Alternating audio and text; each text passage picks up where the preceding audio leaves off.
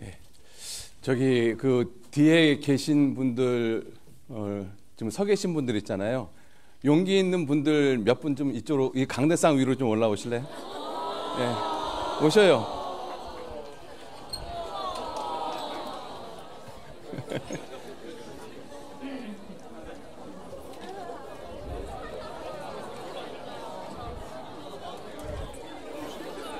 예, 이쪽으로 올라오셔요. 여기 매트리스 있으니까 매트리스 깔아놓고.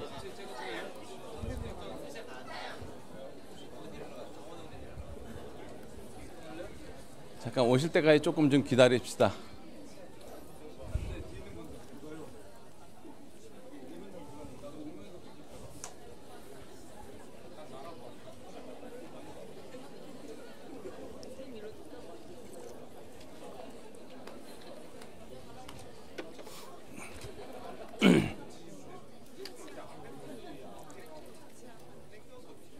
예, 이쪽으로 올라오셔서 저기 매트리스 깔고 그쪽에 앉으셔요.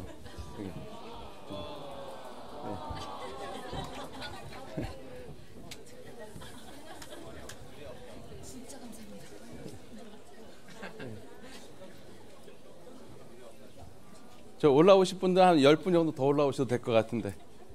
예, 용기 있는 분들만 올라오셔요. 안녕하세요. 예, 반갑습니다. 예, 먼저 같이 기도하시겠습니다. 은혜와 사랑이 충만하신 거룩하신 아버지 하나님 감사합니다. 하나님의 귀하신 은혜와 능력과 사랑으로 저희들 구원해 주시고 또 지금 이 시간까지 주님의 거룩하신 몸된 교회 안에서 우리의 남은 생에 살아가도록 붙잡아 주시고 인도해 주신 모든 은혜를 진심으로 감사를 드립니다. 여호와께서 내게 주신 모든 은혜를 무엇으로 보답할꼬 하는 이 귀한 마음 잃어버리지 않고 우리의 남은 생에 살아가도록 주님께서 더욱 붙잡아 주시고 또 오늘 주님께서 우리 모두에게 주신 말씀의 제목처럼 정말 우리의 마음을 지키면서 주님의 영광을 더욱 나타내는 그러한 삶을 살아갈 수 있도록 우리 한 사람 한 사람 일깨워 주시고 인도해 주옵소서. 한 해 한 해가 지나갈수록 주님 뵐 수 있는 날이 더욱더 가까워오고 있다는 것 저희들 잘 알고 있습니다.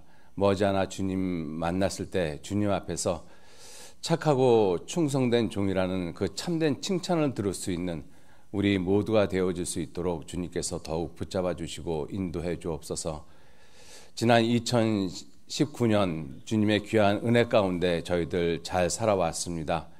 또 주님의 은혜 가운데 주님께서 새해를 허락해 주셨습니다. 이제 새해 새로운 다짐, 새로운 각오를 가지고 주님의 영광을 더욱 드러내는 그러한 귀한 삶을 우리 모두가 살아갈 수 있도록 주님께서 더욱 붙잡아 주시고 인도해 주옵소서. 특별히 인생에서 가장 아름다운 시절 청년의 때에 주님을 더욱 드러내고 주님의 말씀에 순종하고 주님의 복음을 더욱 힘있게 증거하는 영광스러운 삶을 살 수 있도록 우리 모두 일깨워 주시고 인도해 주시기를 진정 의지하고 부탁을 드립니다. 함께 하신 모든 형제 자매님들 위해 더욱 귀한 주님의 능력과 은혜와 사랑이 머물기를 간절히 의지하고 부탁드립니다. 이 시간도 온전히 주 성령님께만 의지합니다. 함께 하시고 도와주옵소서. 감사드리면서 우리를 죄악 가운데서 구원해 주신 거룩하신 예수님 이름으로 기도 올렸습니다. 아멘. 예, 우리 잠언 4장 23절 말씀 찾겠습니다. 잠언 4장 23절.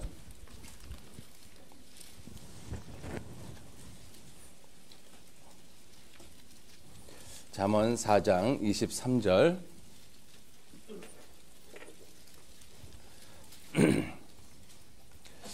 예, 잠언 4장 23절 찾으셨으면 영어로 읽을 수 있는 분들은 영어로 읽으셔도 좋겠습니다. 예, 4장 23절 함께 읽도록 하겠습니다. 무릇 지킬 만한 것보다 더욱 내 마음을 지키라. 무릇 생명의 근원이 이에서 남이니라. 예. 혹시 여기 계신 우리 자매님들 중에 성함이 경자 씨인 분 계셔요? 경자. 안 계셔요? 한 분도 안 계셔요? 손 한번 들어보세요. 있으면. 안 계시네.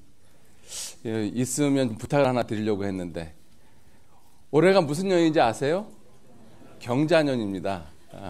그래서 혹시 우리 자매님들 성함 가운데 혹시 경자라는 자매님들 그런 이름들 많이 갖고 계시길래 혹시나 해서 좀 여쭤봤습니다. 자, 없으면 우리 다시 한번 같이 한번 읽도록 하겠습니다.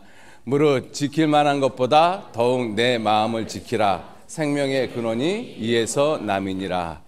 예, 이번 말씀의 주제가 그리스도인의 마음 지키기. 그 부제가 이렇게 되어 있습니다. 그리스도인은 왜 열등의식, 비교의식이 있는가? 그리고 마음의 상처는 어떻게 치유가 되는가? 요게 이제 부제로 되어져 있습니다. 그래서 이 내 마음을 지킨다라는 그러한 내용으로 오늘 좀 말씀을 같이 상고해 보도록 하겠습니다.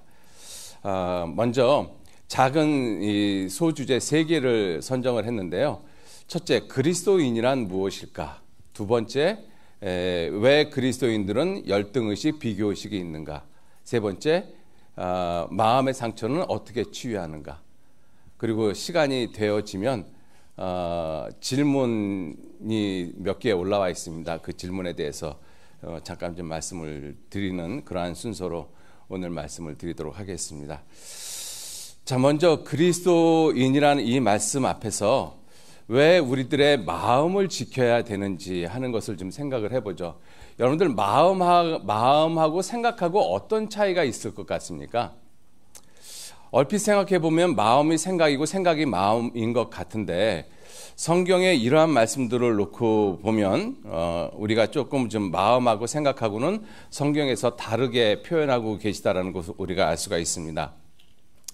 요한복음 13장 2절 말씀에 보시면 마귀가 벌써 시몬의 아들 가룟 유다의 마음에 예수를 팔려는 생각을 넣었더니, 그래서 이 마음은 생각이 들어가는 그릇으로 이야기할 수가 있습니다.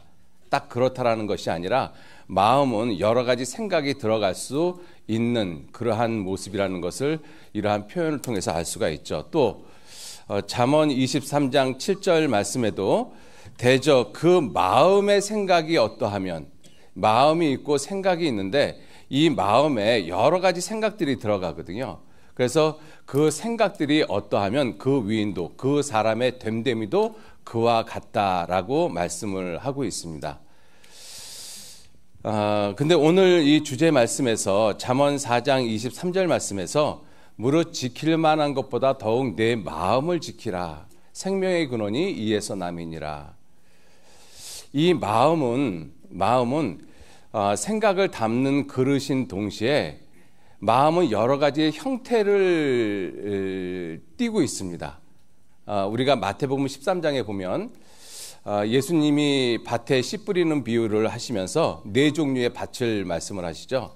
첫 번째가 길바닥 같은 밭, 그 다음에 두 번째가 돌짝밭, 세 번째 가시덤불, 네 번째 옥토. 그것을 마음이라고 표현하고 계시거든요. 그러니까 마음은 길바닥과 같은 그러한 마음도 되어질 수 있고, 그 다음에 마음속에 돌들이 잔뜩 들어가 있는 그러한 모습의 마음들도 얼마든지 있다라는 것입니다. 그 돌들이 일종의 사상과 같은 것이죠. 그래서 무신론, 진화론, 이신론, 그러한 어떤 철학적인 사상들이 마음속에 이렇게 팍 박혀 있으면 하나님 믿기가 참 어렵습니다. 그리고 가시덤불과 같은 마음, 세상의 염려, 재리, 근심 이런 것들이 마음에 가득 있으면 열매 맺기가 어려운 그러한 모습이라고 말씀을 하셨고, 그래서 옥토와 같은 마음이 되어져야지만 30배, 60배, 100배의 결실을 한다라고 말씀을 하고 계십니다. 그래서 이 마음은 우리들이 다스려야 되고 관리를 해야 되는 모습이라고 성경은 우리에게 암시를 하고 계셔요. 이 4가지 밭의 모습을 보면 사람들의 일반적인 마음이 옥토와 같은 마음은 거의 드뭅니다. 특히 이제 나이가 들어갈수록. 그죠? 그래서 나이가 들어가면서 우리가 세상에서 받았던 교육들이라든지 내 경험이라든지 내가 책들이나 여러 가지 것들을 통해서 얻은 지식이라든지 이런 것들로 인해서 마음이 단단하게 굳어져 있을 수 있어요. 길바닥처럼. 그리고 어떤 사람의 마음에는 놀라운 사상들이 아주 큰 돌덩이처럼 확 박혀 있는 경우들이 많이 있습니다. 무신론, 진화론이 대표적인 것이죠. 그런 것이 마음속에 확 박혀져 있으면 이 하나님의 말씀이 뿌리 내리지 못한다라고 말씀하시고 계시거든요. 그리고 가시덤불과 같은 마음, 이 밭을, 땅을 그대로 놔두면 사람이 먹을 수 있는 좋은 음식들이 자라는 것이 아니라 먹을 수 없는 가시와 엉겅퀴들이 무성하게 자랍니다. 그래서 땅은 내가 그 땅을 통해서 어떤 음식을 얻으려면 반드시 관리를 해줘야 돼요. 마음이 그와 같다라는 것이죠. 그래서 성경에서는 히브리서 13장 9절 말씀에는 마음을 어떻게 말씀하셨는가 하면 여러 가지 다른 교훈에 끌리지 말라. 마음은 은혜로서 굳게 함이 아름답고, 그러니까 마음은 굳어지는 성질이 있다라는 것이죠. 근데 어느 쪽으로 굳어지게 할 것이냐 하는 것입니다. 하나님의 은혜와 사랑, 그런 쪽으로 마음이 굳어지어지면 그러한 사람은 여러 가지 환난의 바람이 불어도 크게 흔들리지 않습니다. 그런데 그러지 못한 다른 것으로 마음이 굳어지면 여러 가지의 모습으로 얼마든지 흔들릴 수 있다라는 것이죠.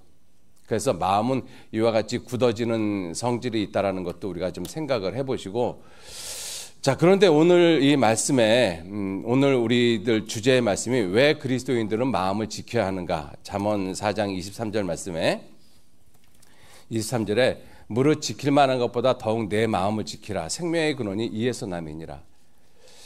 이 생명의 근원이 누구시냐면 바로 예수님이시거든요. 그죠? 예수님은 창조의 근본이시고 생명의 근원이시고 또 몸인 교회의 머리시라고 말씀을 하고 계십니다. 그러니까 예수님이 안 계시면 아무것도 존재할 수가 없다라고 성경은 아주 분명하게 말씀을 하고 계시거든요. 생명의 근원, 이에서 남이니라. 이 마음에서, 즉 내가 복음의 말씀을 듣고 그 복음의 말씀을 내가 받아들이고 안 받아들이고는 철저하게 내 자유의지를 가지고 내가 선택하는 것입니다. 그 복음의 말씀을 듣고 정말 예수님이 내 죄를 영원히 용서해 주셨구나. 그렇게 내 마음이 기울어지면 분명히 하나님께서 믿어지는 믿음을 주십니다. 내가 믿고자 할 때 믿어지는 믿음을 주시는 거거든요. 그러면 그 믿음은 결국은 생명의 근원이신 예수 그리스도가 내 안에 들어오시게 되어지는 것이죠. 그런데 그러한 복음의 말씀을 듣고도 나는 안 믿어. 예수가 어떻게 내 죄를 용서를 하고 예수가 어떻게 하나님이야? 난 그거 안 믿어.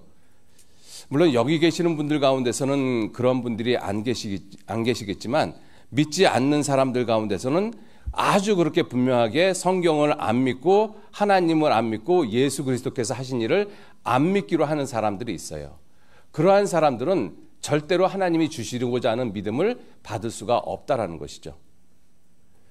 자, 그래서 이 믿음의 시작이 무엇이냐면 하나님이 하신 일을 인정하고 받아들이는 것에서부터 믿음은 시작이 되어져요. 그래서 로마서 6장 11절 말씀해 보시면 그 앞에 구절 좀 먼저 제가 좀 보겠습니다. 이는 그리스도께서 죽은 자 가운데서 사하셨음에 다시 죽지 아니하시고 사망이 다시 그를 주장하지 못할 줄 알미로다. 그의 죽으심은 죄에 대하여 단번에 죽으시며 그의 살으심은 하나님께 대하여 살으심이니, 이게 분명한 사실이라는 것이죠. 이걸 우리한테 믿으라고 말씀하시는 것이거든요. 예수님의 죽으심은 내 죄에 대해서 단번에 죽으신 것이에요. 그래서 염소와 송아지 피로 아니하고 오직 자기 피로 영원한 속죄를 이루사 몇 번에 그 하나님 보좌 우편에 앉으셨어요? 단번에. 그죠? 단번에 죽으셨고 그의 살으심은 하나님께 대하여 살으신 것이다. 이것이 분명한 사실이라는 것이죠. 이것을 우리에게 믿으라고 지금 로마서는 말씀하고 계시는 거거든요. 그런데 11절 말씀에 뭐라고 하셨는가 하면 이와 같이 너희도 너희 자신을 죄에 대하여는 죽은 자요 그리스도 예수 안에서 하나님을 대하여는 산 자로 믿을지어다 라고 말씀하지 않고 여겨라. 왜? 믿음의 시작이 여기는 것부터 시작되는 것이거든요. 인정하는 것에서부터 시작이 되어집니다. 그죠? 인정하는 것에서. 어떤 분들은 이 자체를 갖다가 인정을 안 하는 사람이 있어요. 그 사람들은 절대로 하나님이 주시는 그 귀한 믿음을 받지 못합니다. 그러니까 우리 청년들이 혹시 그런 분들 있을 것 같다라는 생각이 드는데요. 내가 구원 받은 건지 안 받은 건지 모르겠다. 제가 얼마 전에 서울에서도 여기 내려오기 바로 며칠 전에 그런 상담을 했는데, 내가 구원을 받은 건지 안 받은 건지, 내가 믿는 건지 아는 건지 모르겠다라는 거죠. 그리고 본인 스스로도 구원을 받았다라고 생각을 하는데, 구원받고 살아가는 삶에서 보면 구원받은 사람다운 행동이 자기가 스스로 봐도 안 나오거든요. 그러니까 스스로도 이건 나 구원받은 것 같지가 않은데. 그러니까 마침 또 그러한 시간에 어머니나 아버지가 너 그거 구원 아니야? 구원 다시 한번 점검해봐. 그러면 또 이러한 또 동계수련회나 이런 데 와서 또 점검을 합니다. 그럼 점검을 하면 상담하시는 목사님, 전도사님들이 예수님이 하나님이시고 그 예수님이 육체를 입고 이 땅에 내려오셨고 그분이 우리 죄를 다 담당하시고 우리의 죄를 용서하기 위해서 십자가에 돌아가시고 그래서 우리의 죄가 과거, 현재, 미래 다 용서됐습니다. 그건 믿으십니까? 예, 믿죠. 예, 그게 구원입니다. 그럼 나 구원 받았네? 그리고 또 집에 돌아가서 하루 이틀 지나면 또 예전하고 똑같은 모습이 되잖아요. 그죠? 그게 반복이 되어지니까 내가 정말 구원을 받은 건지 안 받은 건지 아는 건지 믿는 건지 모르겠다라는 것입니다. 이번 수양회 때도 작년이죠. 벌써 작년이 됐네요. 2019년 학예 수양회 때도 어떤 분이 자기의 구원을 점검하는 일만 20여 년 넘게 수양회 때마다 하셨어요. 그래서 그분이 또 구원 점검하러 오셨어요. 연세가 좀 되신 분이십니다. 꽤 오래전에 구원을 받으셔가지고. 근데 그분하고 대화를 하는 가운데 그분이 똑같은 이야기를 하시는 거예요. 내가 오래전에 구원을 받았는데 내가 진짜 구원을 받은 건지 안 받은 건지 모르겠다. 그래서 수양회 때마다 그것을 확증하러 온답니다. 그래서 그 수양회 때에서 확증을 하고 돌아가시거든요. 돌아가서 며칠 동안은 그리스도인답게 사셔요. 그런데 또 회사 일을 하고 뭐 하다가 보면 뭐 영업도 해야 되고 접대도 해야 되고 그러니까 어쩔 수 없이 또 술도 마시고 담배도 피고 그러한 자신의 모습을 보면서 야, 이게 진짜 구원을 받았나?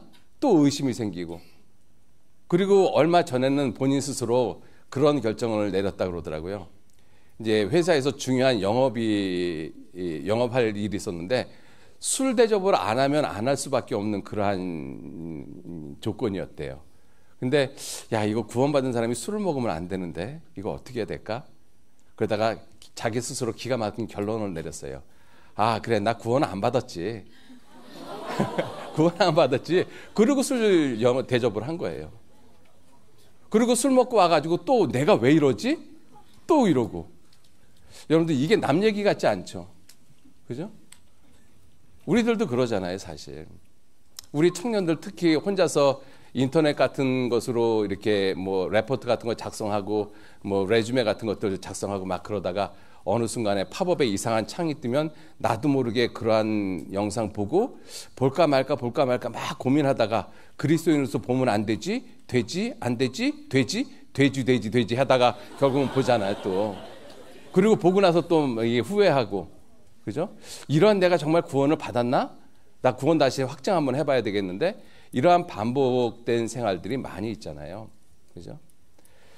제가 그분한테 그런 이야기를 했습니다. 이제 구원 확정하시는 거 이제 그만하시고 어떤 모습으로 살펴봐도 구원이 확실한 것을 본인 스스로 인정을 하는 것이 정말 중요합니다. 이 말씀에도 하나님을 대하여는 산자로 여길지어다. 믿기 전에 여기라고 말씀하시지 않습니까? 여길지어다. 믿음의 시작이 여기는 것이거든요. 인정하는 것입니다. 하나님이 해놓으신 일을 인정하는 거예요. 여기 계신 분들 가운데서 내가 구원을 받았는지 안 받았는지 모르는 분들이 계시다라면 만약에 그분이 계시다라면 한번 그분한테 제가 여쭙게요. 나는 하나님이 하신 일, 예수님이 하신 일 절대로 안 믿어. 그러신 분 여기 혹시 계시냐고요. 그런 분들은 정말 상담하셔야 돼요. 처음부터 다시. 근데 여기 계신 분들은 그런 분 안 계시라고 생각이 들거든요. 분명히 그 사실은 내가 인정을 하고 있는 것이죠. 하나님 계신 것도 인정을 하고 성경이 사시는 것도 인정을 하고 예수님께서 하나님의 아들이신 것도 인정을 하고 그분이 내 죄를 짊어지시고 십자가에서 심판받고 돌아가신 것도 인정이 되고 영원한 속죄도 인정이 되고 그게 믿음의 시작이라고 말씀을 드리고 있습니다. 그죠? 그것 자체를 부인한다면 안 믿는 것이죠. 그것 자체가 부인이 되어진다면 그분은 구원 안 받은 분입니다. 그죠? 그리고 이제 하나님에 대해서 전혀 모르는 분이 그러한 부분에 대해서 의문을 가지고 있다라면 그분은 반드시 다시 한번 상담을 꼭 해야 돼요. 그죠?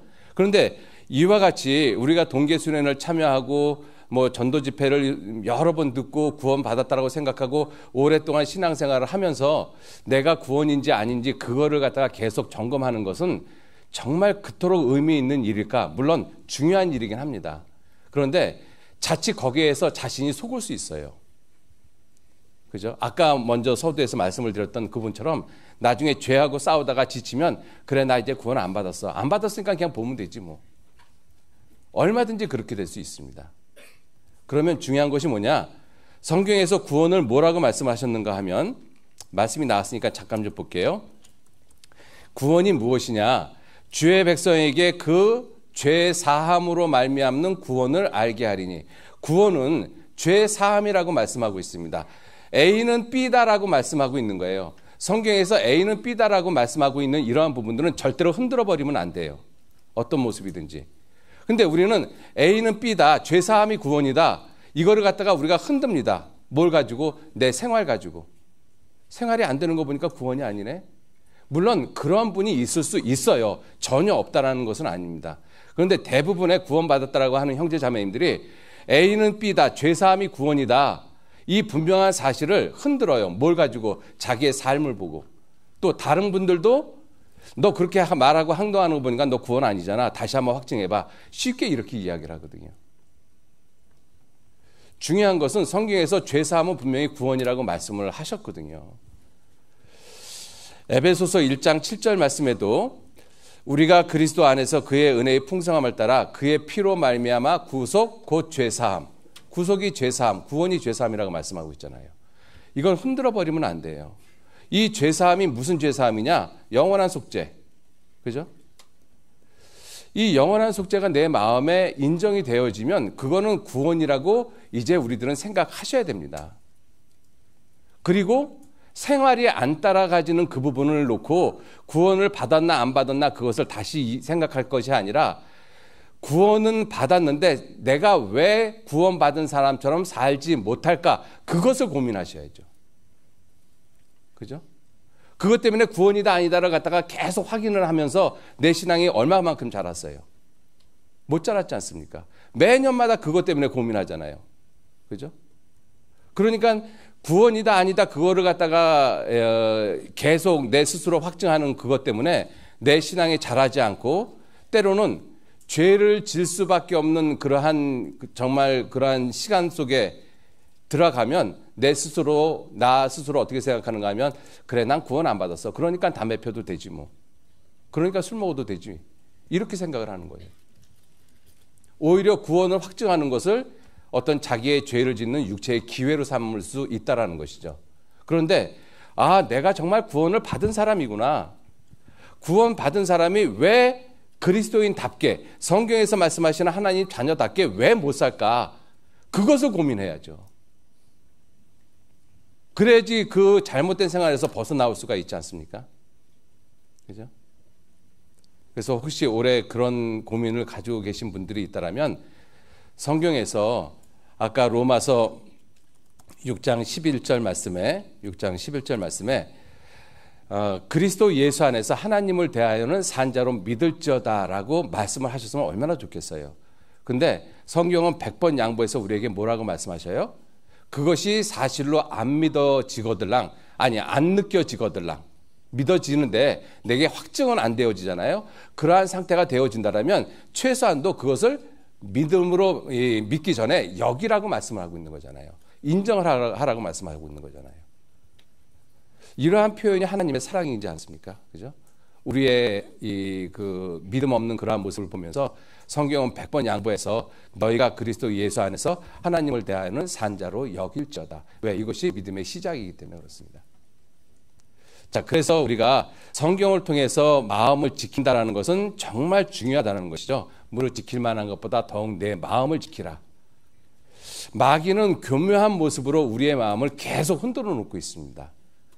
구원받지 못한 사람은 계속 구원받지 못하도록 하고 구원받은 사람은 그리스도인답게 하나님의 자녀답게 살지 못하도록 흔들어 놓고 있거든요. 그래서 우리의 마음을 더욱 지키라고 말씀을 하고 있습니다. 말씀을 지킬 만한 것보다 더욱 내 마음을 지키라고 말씀하시는 그 이유가 무엇이냐면 빼앗는 자가 있기 때문에 그래요. 빼앗는 자가 있기 때문에. 두 번째는 잃어버릴 수 있기 때문에 그렇습니다. 세 번째는 잊어버릴 수 있기 때문에 그래요. 그죠? 빼앗는 자는 마귀가 빼앗죠. 궁극적으로. 우리에게서 구원은 빼앗아 가지는 못하더라도 이 주님을 사랑하는 마음, 은혜에 대한 감사하는 마음, 이거는 얼마든지 빼앗을 수 있습니다. 빼앗길 수도 있어요. 그죠? 그리고 내 스스로도 이 주님이 주신 귀한 은혜와 사랑을 얼마든지 잃어버릴 수도 있고 잊어버릴 수도 있다는 것이죠. 그러한 모습이 있기 때문에 성경은 우리에게 무릇 지킬 만한 것보다 더욱 내 마음을 지키라고 말씀을 하고 계십니다. 여러분들 그 모습이 이 창세기에서 하나님이 이렇게 말씀을 하시잖아요. 여호와 하나님이 그 사람 아담이죠. 그 사람을 이끌어 에덴 동산에 두사 그것을 다스리며 어떻게 했어요? 지키게 하시고. 왜 지키게 하셨을까요? 왜? 빼앗는 자가 있기 때문에 지키게라고 말씀을 하신 거잖아요. 빼앗는 자가 있기 때문에. 그죠? 아담이 하나님께로부터 받은 이 모든 것들을 잃어버릴 수 있고 잊어버릴 수 있기 때문에 지키라고 말씀하신 것입니다. 그죠? 그런데 아담이 놀랍게도 이 모습, 이 하나님의 말씀을 자기 마음에 두고 그 말씀대로 자신을 지키지 못했어요. 마음을 지키지 못한 결과가 우리가 생각하는 것보다 그 결과는 훨씬 더 엄청납니다. 더욱더 놀랍다는 것이죠. 우리가 생각하는 상상을 초월하는 결과를 가지고 온다는 것입니다. 아예 마음 하나 못 지켰다고 뭐 그렇게 큰 일이 일어나려고? 그런데 그 마음 하나 지키지 못했기 때문에 저와 여러분들이 죄인으로 태어났어요. 아담 때문에. 그죠? 여러분들 마음 하나 지키지 못했기 때문에 창세기 3장 17절 말씀에 뭐라고 말씀하셨는가 하면 하나님이 아담에게 하시는 말씀입니다. 아담에게 이르시되 내가 내 아내의 말을 듣고 내가 너더러 먹지 말라 한 나무의 실과를 먹었은즉 땅은 너로 인하여 저주를 받고 너는 종신토록 수고하여야 그 소산을 먹으리라. 땅이 내게 가시덤불과 엉겅퀴를 낼 것이라. 너의 먹을 것은 밭의 채소인즉 내가 얼굴에 땀이 흘러야 식물을 먹고 필경은 흙으로 돌아가리니 그 속에서 내가 취함을 입었음이라. 너는 흙이니 흙으로 돌아갈 것이니라. 여러분들 아담 하와가 그 자기 마음 지키지 못한 것 때문에 그 아름다운 동산 에덴에서 가시와 엉겅퀴가 날 거라고는 전혀 생각하지 못했죠. 그리고 그들은 하나님의 말씀을 어기기 전에 그들은 정말 행복한 모습으로 수고하지 않고 땀 흘리지 않고 하나님이 주신 모든 실과를 다 얻어먹을 수 있었어요. 그런데 그들이 마음을 지키지 못한 것 때문에 평생토록 이마에 땀을 흘려야 먹을 수 있다는 생각 절대로 하지 못했을 것입니다. 그런데 마음을 지키지 못한 결과가 얼굴에 땀이 흘러야 식물을 먹는다라고 돼 있어요. 여러분들 회사 취직하려고 얼마나 많은 고생을 해요. 그죠? 마음고생도 많이 하고 또 육신적으로도 고생도 많이 하고 그 근본적인 원인이 누구냐? 우리 조상 아담 때문에 그렇습니다. 아담이 마음을 지키지 못한 것이 이게 나한테까지 이렇게 올 줄은 아담은 생각하지도 못했던 것이죠. 그리고 필경은 흙으로 돌아갈 것이다.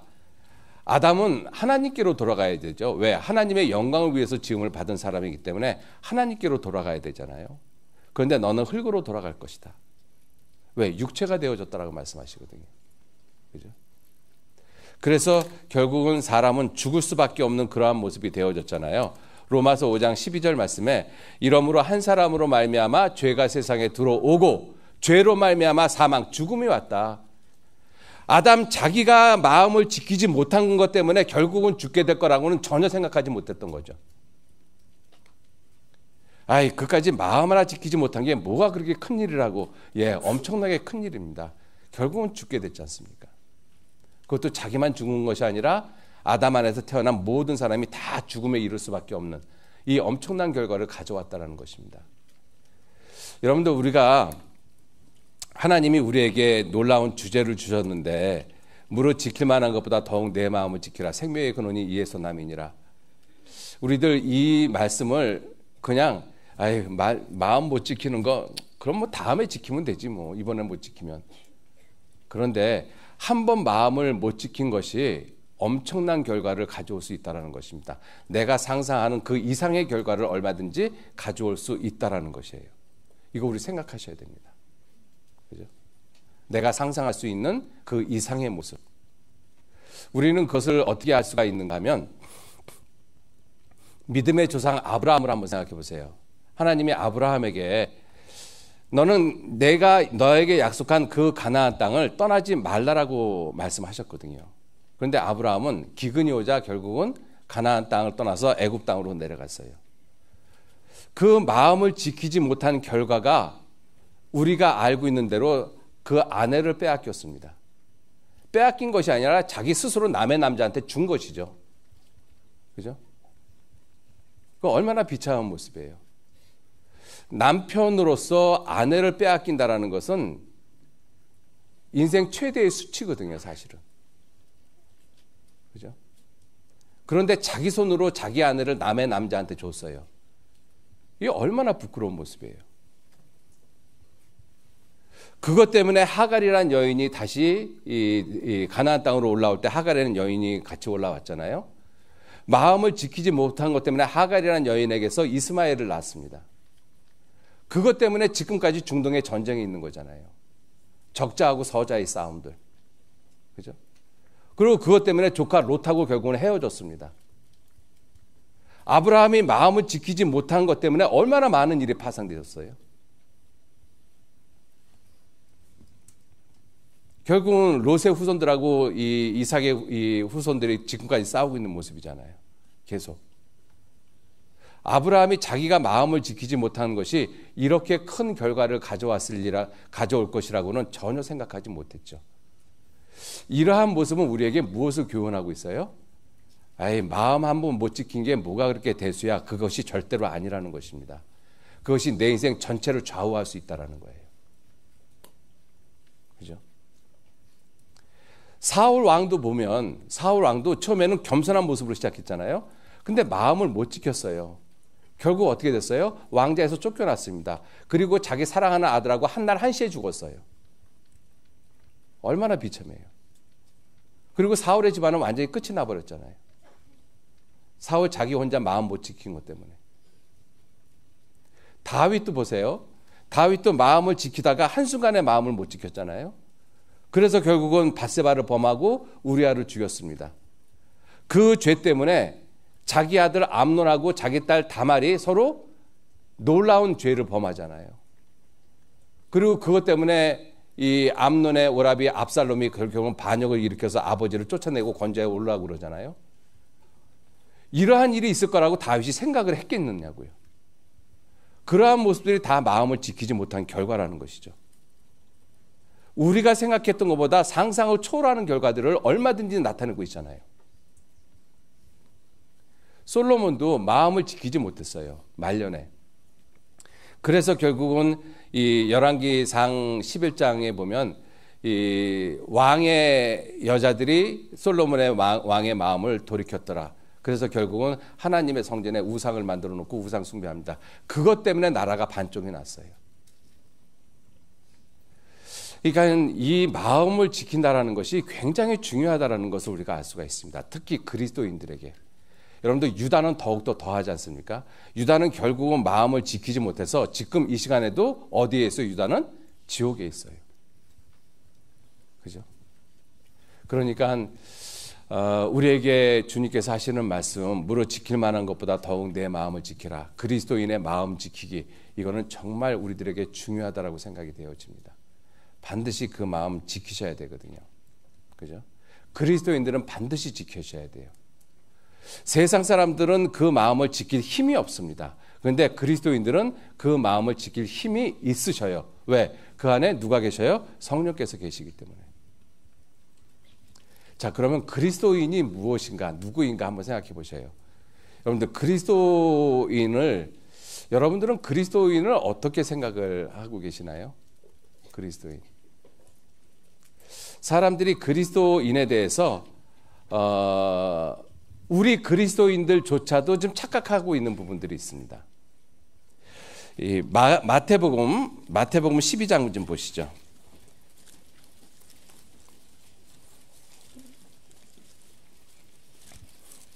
마태복음 12장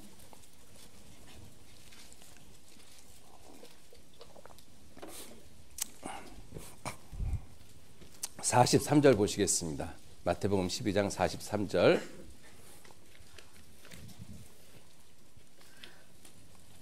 예, 제가 읽겠습니다. 마태복음 12장 43절. 더러운 귀신이 사람에게서 나갔을 때 물 없는 곳으로 다니며 쉬기를 구하되 얻지 못하고 이에 가로되 내가 나온 내 집으로 돌아가리라 하고 와 보니 그 집이 비고 소재되고 수리되었거늘 이에 가서 저보다 더 악한 귀신 7을 데리고 들어가서 거하니 그 사람의 나중 형편이 전보다 더욱 심하게 되느니라. 이 악한 세대가 또한 이렇게 되리라. 자, 이 말씀은 그 당시 예수님 당시에 그 이스라엘 민족의 모습을 보면서 하신 말씀입니다.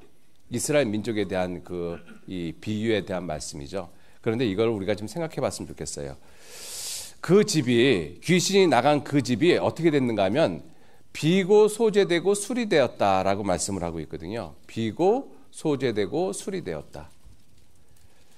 제가 이 말씀을 찾은 이유가 무엇이냐면 이 많은 사람들이 이 그리스도인을 이렇게 비고 소재되고 수리되어진 정도로 생각하고 있다는 것입니다. 여러분들 그리스도인들은 비고 소재되고 수리되어진 정도로 바뀌어진 것이 아니에요. 우리가 시골을 여행하다 보면 다 쓰러져가는 폐가들 있지 않습니까? 어떤 사람이 그 폐가를 사가지고 그 집을 청소했어요. 깨끗하게 청소하고 그 다음에 수리도 했어요. 즉 리모델링을 한 것이죠. 사람이 살기 좋은 모습으로 리모델링을 했습니다. 그리스도인이라는 모습을 그 정도로 생각을 하거든요. 그래서 이 수리됐다라는 것이 우리가 이 하나님에 대해서 잘못 생각하고 있던 것들 우리가 이제 바르게 생각을 하고 하나님이 없다라는 그런 생각에서 아 정말 하나님이 계시는구나. 창조가 아니라는 생각에서 아 하나님께서 이 모든 것을 창조하셨구나. 생각이 바뀌잖아요. 그게 생각이 수리되는 모습입니다. 그리고 소재되는 모습. 옛날에는 지저분하게 살았거든요. 자기 생각대로 욕도 함부로 하고 그런데 이제 하나님을 믿고 보니까는 아 그런 것이 잘못됐구나. 그래서 그런 것들을 하나씩 없이 하는 그러한 삶을 사는 사람들 종교인들 가운데 얼마든지 있습니다. 종교인이 아니라 할지라도 나는 무신론자라 할지라도 자기 의지를 가지고 세상에서 깨끗하게 사는 사람들 얼마든지 있어요. 여러분들 그리스도인이 소재되고 수리된 리모델링 해놓은 정도로 바뀌어졌다고 생각하면 정말로 큰 오산입니다. 이 집은 특징이 하나 있어요. 소재되고 수리가 되었는데 집은 여전히 비어있다는 것입니다. 여러분들 그리스도인은 빈집이 아니에요. 빈집이 아닙니다. 주인이 있는 집이에요. 그 주인이 바로 예수 그리스도십니다. 그죠? 예수 그리스도가 주인이셔요. 그러니까 우리들이 그리스도인을 생각할 때 비고 소재되고 수리되어진 정도로 우리 그리스도인의 삶을 생각하면 절대로 잘못된 생각입니다. 그죠? 우리는 그 정도로 변화가 되어진 것이 아니에요. 완전히 새 것이 되어진 모습입니다. 새 것. 그래서 성경에 뭐라고 말씀하시는가 하면 그리스도인을 뭐라고 말씀하시는가 하면 로마서 8장 9절 말씀에 만일 너희 속에 하나님의 영이 거하시면 너희가 육신에 있지 아니하고 영에 있나니 같이 읽겠습니다. 누구든지 그리스도의 영이 없으면 그리스도의 사람이 아니라. 그리스도의 영이 있는 사람들이에요. 성령. 저와 여러분들 안에는 누가 계시느냐? 천지를 창조하신 성령, 하나님의 영, 그리스도의 영이 계십니다. 그죠? 그래서 우리가 잘 아는 갈라디아서 2장 20절 말씀 같이 한번 읽어보실까요? 내가 그리스도와 함께 십자가에 못 박혔나니 그런즉 이제는 내가 산 것이 아니요 오직 내 안에 그리스도께서 사신 것이라. 이제 내가 육체 가운데 사는 것은 나를 사랑하사 나를 위하여 자기 몸을 버리신 하나님의 아들을 믿는 믿음 안에서 사는 것이라. 내 안에 누가 계신다고요? 그리스도가 계셔요. 여러분들 종교적으로 아무리 열심을 해도 그 안에 그리스도 안 계십니다. 그죠? 비록 우리가 이 성경에서 말씀하신 것처럼 구원을 받고 그렇게 온전한 모습으로 하나님의 자녀처럼 그리스도인처럼 살지는 못한다 할지라도 그 안에 누가 계셔요? 그리스도가 계셔요. 그리스도의 영이 계십니다. 그죠? 그러한 사람들을 가리켜서 그리스도인이라고 말씀하는 거예요. 그러니까 종교인들하고 우리 그리스도인들하고 근본적으로 다른 것이 무엇이냐면 종교인들은 여러 가지의 모습으로 변화가 되어지더라도 여전히 집은 빈집이라는 것이죠. 그런데 우리 구원받은 그리스도인들은 정말 그렇게 변화가 되어져야 되지만 비록 그렇게 변화되어지지 못한다 할지라도 내 안에 누가 계셔요? 그리스도가 계셔요. 그리스도가 있는 사람, 그리스도가 계신 그 사람을 가리켜서 그리스도인이라고 말씀을 하고 있는 것이죠. 그래서 우리는 소재되고 수리되고 빈 집이 아니라 우리는 이렇게 말씀을 하고 있습니다. 고린도 후서 5장 17절 말씀. 찾으셨으면 같이 읽겠습니다. 그런즉 누구든지 그리스도 안에 있으면 새로운 피조물이라. 이전 것은 지나갔으니 보라 뭐가 됐다라고요? 새 것이 됐어요. 리모델링 한 정도가 아닙니다. 그죠? 근본 자체가 바뀌었잖아요. 예수 그리스도란 반석 위에다가 집을 짓는 사람들입니다. 근본 자체가 바뀐 사람들이에요. 종교인은 근본 자체가 절대로 안 바뀝니다. 근본 자체가.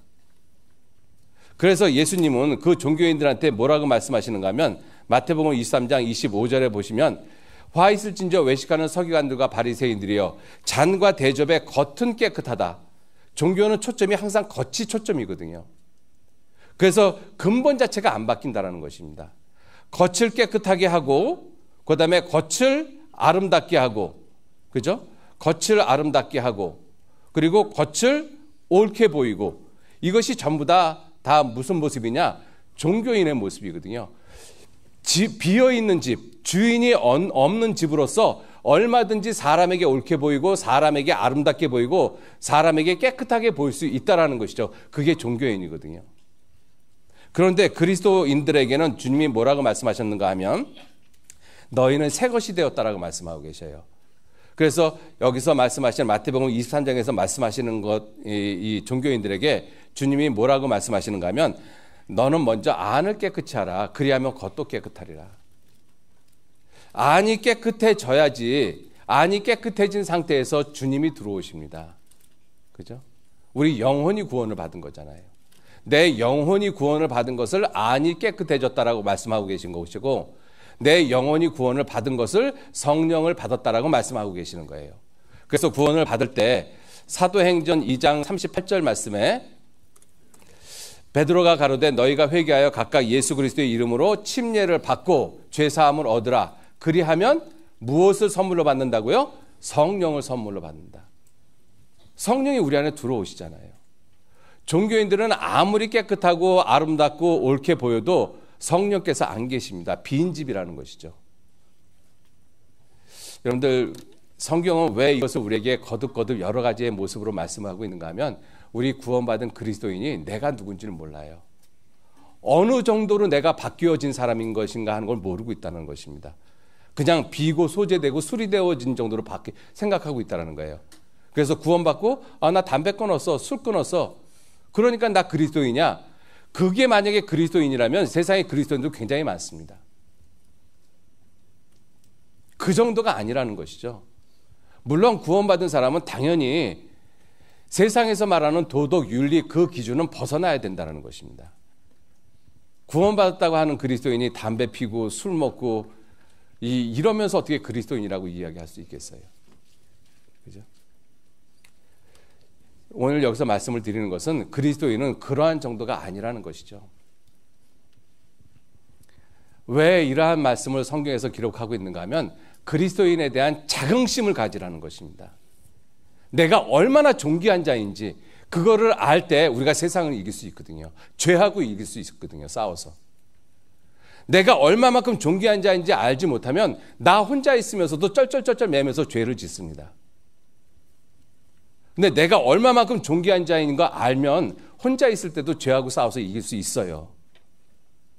여러분들 우리는 존귀한 자거든요. 성경에 뭐라고 말씀하고 계셔요? 이사야 49장 5절 말씀에 같이 읽도록 하겠습니다. 나는 여호와 보시기에 존귀한 자라. 나의 하나님이 나의 힘이 되셨도다. 나는 여호와 보시기에 존귀한 자라. 여러분들 이 자긍심 갖고 계셔야 돼요. 그리스도인으로서. 아, 정말 나는 하나님 보시기에 존귀한 자구나. 그 마음을 빼앗기지 말아야 된다는 것입니다. 그 마음을 빼앗겨 버리니까 내가 별것이 아닌 거예요. 별것이 아니니까 누가 술 먹자 그러면 술 먹고 담배 피자 그러면 담배 피고. 그죠? 나 혼자 음란한 동영상 같은 거 눈에 띄면은 혼자 갈등하다가 또 보게 되고 어찌고. 내가 존귀하다고 생각을 못하니까 그런 행동을 하죠. 그런데 내가 존귀하다고 한번 생각해 보세요. 그게 얼마나 우습고 얼마나 하찮고 얼마나 유치한가. 존귀한 사람은 그걸 유치하다고 생각할 수밖에 없잖아요. 그죠? 근데 내가 존귀하다고 생각을 하지 못하면 그게 마치 전부인 것처럼 느껴지거든요. 세상 사람들한테 멸시받고 천대받고 조롱받는 것, 그게 마치 전부인 것처럼 쩔쩔쩔쩔 매고, 이단 소리 들으면 쩔쩔쩔쩔 매고. 여러분들 그리스도인이 그러한 정도가 아니거든요. 존귀한 자입니다. 정말 존귀한 자이거든요. 그죠? 그래서 주님이 우리에게 하시는 말씀이 고린도 후서 5장 17절 말씀 다시 보시면 5장 17절 말씀에 그런즉 누구든지 그리스도 안에 있으면 새로운 피조물이라. 이전 것은 지나갔으니 보라 새 것이 되었도다. 새 것. 여러분들 우리 헌 것 갖고 싶으세요? 새 것 갖고 싶으세요? 그죠? 옷이 똑같이 두 벌 있는데 하나는 헌 거고 하나는 새 거예요. 어떤 거 택하시겠어요? 내가 매일매일 새로운 것이었으면 얼마나 좋겠어요. 그런데 그리스도 안에 있으면 늘 새롭다라고 말씀하고 계십니다. 보세요. 얼마만큼 우리를 새로운 모습으로 만들어 놓으셨는가? 우리의 옛 모습은 아담 안에 있는 모습이잖아요. 죽은 영혼의 모습입니다. 그죠? 영혼이 죽었어요. 그래서 마음도 생각도 다 죽어 있는 모습이죠. 그래서 육체도 결국은 죽고. 그죠? 그런데 우리를 어떻게 새롭게 바꿔 놓으셨는가 하면 에스겔서 36장 26절에 보면 또 새 영을 너희 속에 두고 새 마음을 너에게 줄 것이다. 그죠? 새 영, 새 마음을 주셨어요. 구원받은 이후. 하나님하고 연결된 영, 예수 그리스도의 죽음으로 말미암아. 그래서 우리의 영혼이 살아났습니다. 우리의 옛 영은 어떤 영이에요? 죽은 영이에요. 죽은 영. 그죠? 그래서 예수님께서도 저희 죽은 자들이 하나님의 아들의 음성을 들을 때가 오나니 곧 이때라. 듣는 자는 살아나리라. 죽은 자들이 하나님의 음성을 들어요. 그 죽은 자들이 뭐가 죽은 사람들이에요? 영혼이 죽은 사람들. 저희 죽은 자들로 죽은 자들을 장사하게 하고 너희는 나를 따르라. 영혼이 죽은 자들로 육신이 죽은 자를 장사하게 하고 너는 가서 하나님 말씀 전파라는 것이잖아요. 그런데 우리는 영이 살아났어요. 예수 그리스도를 믿음으로 말미암아, 구원을 받음으로 말미암아, 죄 사함 받음으로 말미암아, 영원한 속죄를 믿음으로 말미암아, 영원한 속죄를 여김으로 말미암아. 그죠? 그래서 우리는 거듭났어요. 우리의 영혼이 새롭게 됐다는 것입니다. 그래서 우리의 영만 새롭게 되어진 것이 아니라 우리에게 새 마음을 주어요. 우리의 옛 마음하고 새 마음하고는 완전히 다릅니다. 옛 마음은 굳은 마음이에요. 돌 같은 마음이라고 돼 있어요. 그죠? 여기 보면 heart of stone으로 돼 있잖아요. 돌 같은 마음. 근데 구원을 받으면 어떤 마음이에요? 고기와 같은 마음. 우리의 마음을 그렇게 바꿔놨어요. 그죠? 길바닥과 같은 마음에서 옥토와 같은 마음으로 바꿔놓으시죠. 자, 그리고 우리의 지식까지도 새롭게 하신다라고 말씀을 하고 계시거든요. 여기 보시면 새 사람을 입었으니 이는 자기를 창조하신 자의 형상을 좇아 지식에까지 새롭게 하심을 ing 받는 중이다. 받는 사람들이라고 말씀하고 계십니다. 계속 우리는 하나님으로부터 성령으로부터 하나님에 대한 지식을 다운로드 받고 있는 사람들이에요. 정말로. 지식에까지 새롭게 하심을 받는 사람들입니다. 그죠? 그래서 그러한 사람을 가리켜서 뭐라고 말씀하셔요? 새 사람이라고 말씀하시는 거예요. 그래서 그 새 사람에게 주신 것이 무엇이냐면 로마서 6장 4절 말씀에 그러므로 우리가 그의 죽으심과 합하여 침례를 받음으로 그와 함께 장사되었나니 이는 아버지의 영광으로 말미암아 그리스도를 죽은 자 가운데서 살리심과 같이 또한 우리를 무슨 생명이요? 새 생명 가운데 행하게 하려 함이라. 우리에게 주어진 생명이 이제 새 생명입니다. 옛 생명은 70년 80년 살다가 죽는 생명이에요. 새 생명은 영원히 사는 것입니다. 영생이잖아요. 내가 저에게 영생을 주노니 영원히 멸망치 아니할 터요. 하나님이 세상을 이처럼 사랑하사 독생자를 주셨으니 이는 저를 믿는 자마다 멸망치 않고 영생을 얻게 하려 하심이라. 너희가 성경에서 영생을 얻는 줄 생각하고, 핵심이 영생이거든요.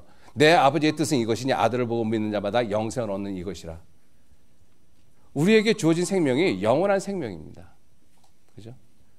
그 영원한 생명을 얻은 이 세 사람을 그리스도인이라고 말씀을 하고 계시고, 그 세 사람에게 주시는 양식이 있어요. 그래서 예수님께서 마태복음 4장 4절에 사람이 떡으로만 살 것이 아니라 하나님의 입으로 나오는 모든 말씀으로 살 것이니라. 이게 우리 영혼의 생명입니다. 그죠? 그래서 우리에게 주어지시는 양식이 또 있어요. 육신의 생명을 유지하기 위한 육신의 떡도 필요하고, 그리고 우리 속에 거듭난 내 영혼, 그 영혼이 매일매일 먹어야 될 그 양식, 하나님의 말씀입니다. 자, 이렇게 하나님의 말씀을 우리가 먹으니까, 하나님의 말씀을 우리가 얻게 되어지니까 우리에게 주어지는 힘이 무슨 힘이냐면 새 힘이라고 말씀하시거든요. 같이 한번 읽어보실까요? 오직 여호와를 앙망하는 자는 새 힘을 얻으리니 독수리 날개치며 올라감 같을 것이요 다른 벅질하여도 곤비지 아니하겠고 걸어가도 피곤치 아니하리로다. 무슨 힘을 얻는다고요? 새 힘을 얻는다. 새 힘. 그러니까 우리가 하나님 앞에 늘 찬송하는 것이 이 새 노래라고 말씀하시잖아요. 새 노래, 곧 우리 하나님께 올릴 찬송. 그래서 우리 구원받은 그리스도인에게는 찬송이 있습니다. 그죠? 그러니까 구원받은 이후에 우리가 세상적인 노래를 여전히 좋아한다라고 하면 뭔가 내 자신을 다시 한번 생각해 볼 필요성이 있어요. 우리가 옛 노래를 들을 것이 아니라 새 노래를 갖다가 부르고 들어야 되지 않습니까? 그죠? 새 노래, 곧 우리 하나님께 올릴 찬송을 우리에게 두셨다. 자, 이렇게 걸어가기 때문에 우리가 걸어가는 길을 새 길이라고 말씀을 하고 계셔요. 히브리서 10장 20절 말씀에 또 같이 읽죠. 그 길은 우리를 위하여 휘장 가운데로 열어놓으신 새롭고 산 길이요 휘장은 곧 저의 육체니라. 우리는 새롭고 산 길을 걸어가고 있는 사람들입니다. 예수님이 새롭고 산 길이잖아요. 내가 그 길이요 진리요 생명이니 나로 말미암지 않고는 아버지께로 올 자가 없느니라. 그 예수님을 의지하면서 걸어가는 길, 새롭고 산 길. 그 새롭고 산 길은 예수님 자신입니다. 우리가 새롭고 산 길을 걸어가는 사람들이잖아요. 왜? 그 예수님을 의지하고 가니까는요. 그죠? 그래서 우리에게 주어진 이름이 무엇이냐면 요한계시록 2장 17절에는 그래서 우리에게 새 이름을 주셨다라고 말씀을 하고 계셔요. 새 이름. 우리의 옛 이름은 죄인이란 이름입니다. 추하고 더러운 이름이죠. 그죠? 가난한 이름입니다. 한나의 기도에 보면 이렇게 한나가 기도를 하죠. 사무엘상 2장 8절 말씀에 가난한 자를 진토에서 일으키시며, 가난한 자, 이게 우리 죄인을 가리킵니다. 빈핍한 자를 거름더미에서 드사, 이게 다 우리 죄인에 대한 말씀이잖아요. 그죠? 그런데 이러한 사람을 어떻게 만들어 놓으셨느냐? 놀랍게도 어떻게 만들어 놓으셨는가 하면 그러한 더러운 이름을 가지고 왔는데, 죄인이란 이름, 죽을 수밖에 없는 이름, 그 더러운 이름, 가난한 이름을 가지고 온 사람들을 놀랍게도 예수 그리스도의 십자가의 은혜로 말미암아 새 이름을 주셨어요. 그리스도인이란 이름. 얼마나 고귀한 이름입니까? 그죠? 저도 여러분들도 하나님이 보실 때 우리는 그리스도인이라고 부르셔요. 그리스도인.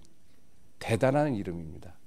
여러분들 그리스도인에 대해서 자부심 가지셔야 돼요. 정말로. 그죠? 그렇게 새 이름을 우리에게 주셨고, 그리고 우리에게 이제 정말로 새 주인이 있어요. 사도행전 2장 36절 말씀 같이 읽겠습니다. 그런즉 이스라엘 온 집이 정령할지니 너희가 십자가에 못 박은 이 예수를 하나님이 주와 그리스도가 되시게 하셨다. 정말로 이제 우리에게는 정말로 주인이 계셔요. 그 주인이 누구셔요? 내가 십자가에 못 박은 예수님이십니다. 내 죄가 예수님을 십자가에 못 박았잖아요. 유대인들이, 로마 군병들이 예수님을 십자가에 못 박았습니까? 아닙니다. 내 죄가 예수님을 십자가에 못 박았어요. 내 죄가 예수님을 십자가에 못 박았는데 그 예수를 하나님께서, 천지 만물을 창조하신 하나님께서 나에게 주인이 되게 하셨다, 왕이 되게 하셨다, 목자가 되게 하셨다라고 말씀하시는 거예요. 예수님은 진정 내게 주인이시고 왕이시고 목자이십니다. 새 주인이 생기신 거예요. 옛 주인은 누구라고 생각하셔요? 나의 옛 주인은 근본적으로는 세상의 공중의 권세 잡은 자 마귀가 내 옛 주인이고, 그리고 나가서는 내 자신이 내 삶의 주인이었잖아요. 그런데 구원을 받으면 이제는 마귀도 나 자신도 주인이 아니라 예수 그리스도가 주인이 되셨어요. 내가 그리스도와 함께 십자가에 못 박혔나니 그런즉 이제는 내가 산 것이 아니요 오직 내 안에 그리스도께서 사신 것이라. 그리스도가 주인이 된 삶입니다. 그죠?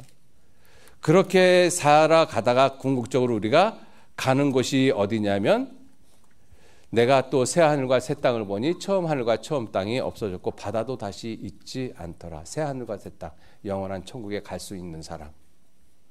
이게 그리스도인이에요. 얼마나 많은 부분을 새롭게 만들어 놓으셨어요? 이게 소재되고 수리된 정도입니까? 아니잖아요. 완전히 다른 모습으로 만들어 놓은 거예요. 그래서 새 것이라고 말씀하십니다. 새 창조라고 말씀하신 거잖아요. 그죠? 그래서 다시 태어났다라고 말씀하신 것입니다. 거듭났다, 다시 태어났다. 여러분, 리모델링 된 것은 거듭 태어났다라고 이야기할 수가 없는 것이죠. 그건 변화됐다라고 이야기할 수 있는 것이잖아요. 우리는 거듭 태어난 거예요. 다시 태어난 것입니다. 놀라운 모습으로. 그게 그리스도인이에요. 그 그리스도인에 대한 자긍심을 잃어버리시면 안 된다는 것이죠. 그죠? 그리스도인이 얼마나 놀라운 존재인가, 우리는 날마다 이거 깊이 생각하셔야 됩니다. 그래서 성경에서는 이 그리스도인에 대해서 모습을 여러 가지의 모습으로 표현하고 계셔요. 고린도 후서 한번 보시죠. 고린도 후서 1장을 보시겠습니다.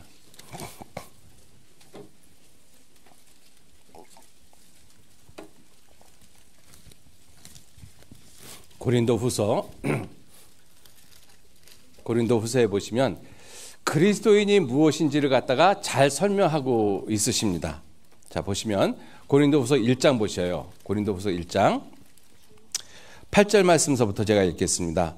형제들아, 우리가 아시아에서 당한 환난을 너희가 알지 못하기를 원치 아니하노니 힘에 지나도록 심한 고생을 받아 살 소망까지 끊어지고 우리 마음에 사형 선고를 받은 줄 알았으니, 이는 우리로 그리스도인은 자기를 의뢰하지 말고 오직 죽은 자를 다시 살리시는 하나님만 의뢰하게 하려 하심이라.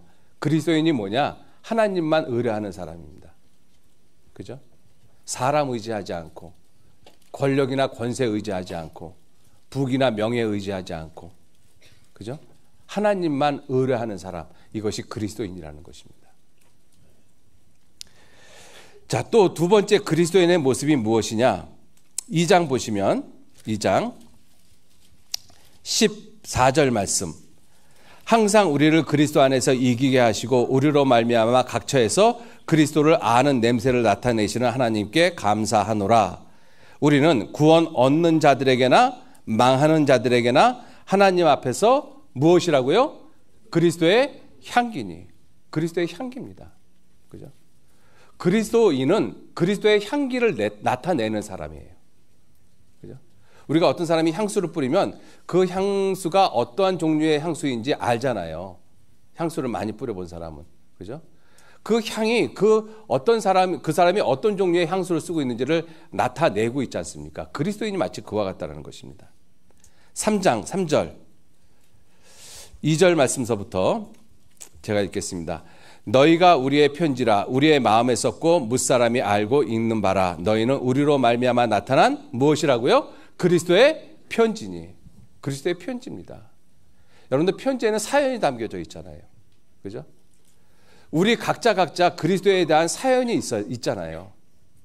그게 우리가 구원받은 가장 먼저 있는 사연이 내가 구원받은 간증이 있고, 그 이후에 내가 구원받은 이후에 주님을 위해서 어떠한 모습으로 삶을 살아왔는지, 잘 산 삶의 모습도 있고 잘 살지 못한 삶의 모습도 있고, 어찌됐든 그러한 모습에서 주님 붙잡고 다시 일어난 그 삶의 사연이 있지 않습니까?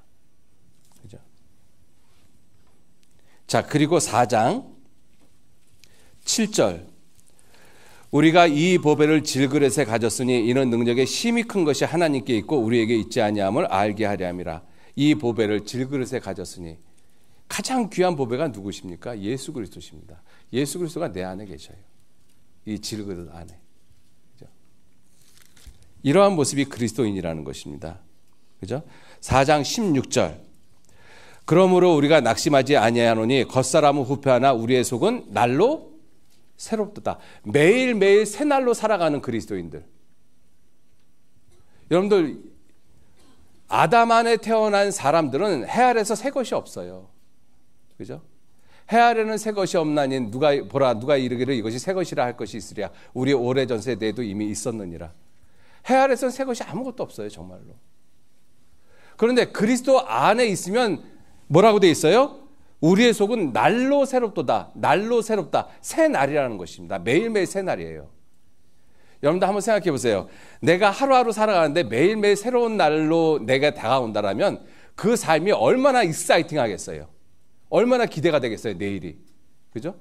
근데 반복되어지는 삶이고 오늘 살면서 내일이 어떤 삶일 것이 뻔히 눈에 보이는 삶이면 지루할 수밖에 없죠. 아, 내일 또 회사 가야 돼. 내일 또 뭐 해야 돼. 뻔히 보이는 삶이잖아요. 그러니까 인생이 지루하고 따분하죠. 그런데 내일 내게 어떠한 일이 일어날지 몰라요. 어떠한 기쁨이 내게 주어질지 모릅니다. 그러한 새날이 매일매일 내게 다가온다면 그 사람의 삶은 정말 익사이팅하지 않겠어요? 그죠? 그리스도인의 삶이라는 것입니다. 그리스도인의 삶. 그죠?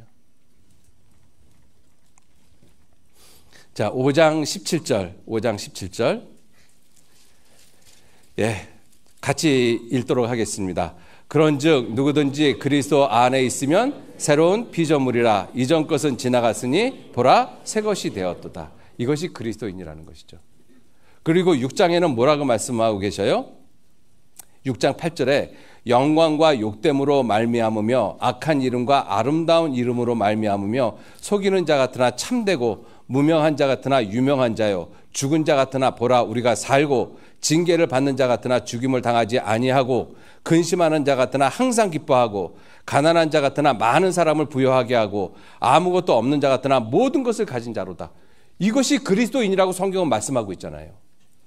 이게 그리스도인이에요. 근데 내 모습하고는 너무 괴리감이 있죠. 그죠? 그 괴리감이 왜 생기느냐 이걸 생각해 보자는 거예요. 왜 그리스도인이 열등의식이 있고 비교의식이 있고 그것 때문에 우리가 이렇게 살아야 되는 그리스도인이 이렇게 못 살고 있다는 거잖아요. 그리스도인은 분명히 구별되는 삶을 살아야 되지 않습니까? 그죠? 그래서 뭐라고 말씀하셔요? 14절에 너희는 믿지 않는 자와 멍에를 같이 하지 말라. 의와 불법이 어찌 함께하며 빛과 어둠이 어찌 사귀며 그리스도와 벨리알이 어찌 조화가 되며 믿는 자와 믿지 않는 자가 어찌 상관하겠느냐. 상관을 하니까 우리가 이렇게 못 사는 거예요.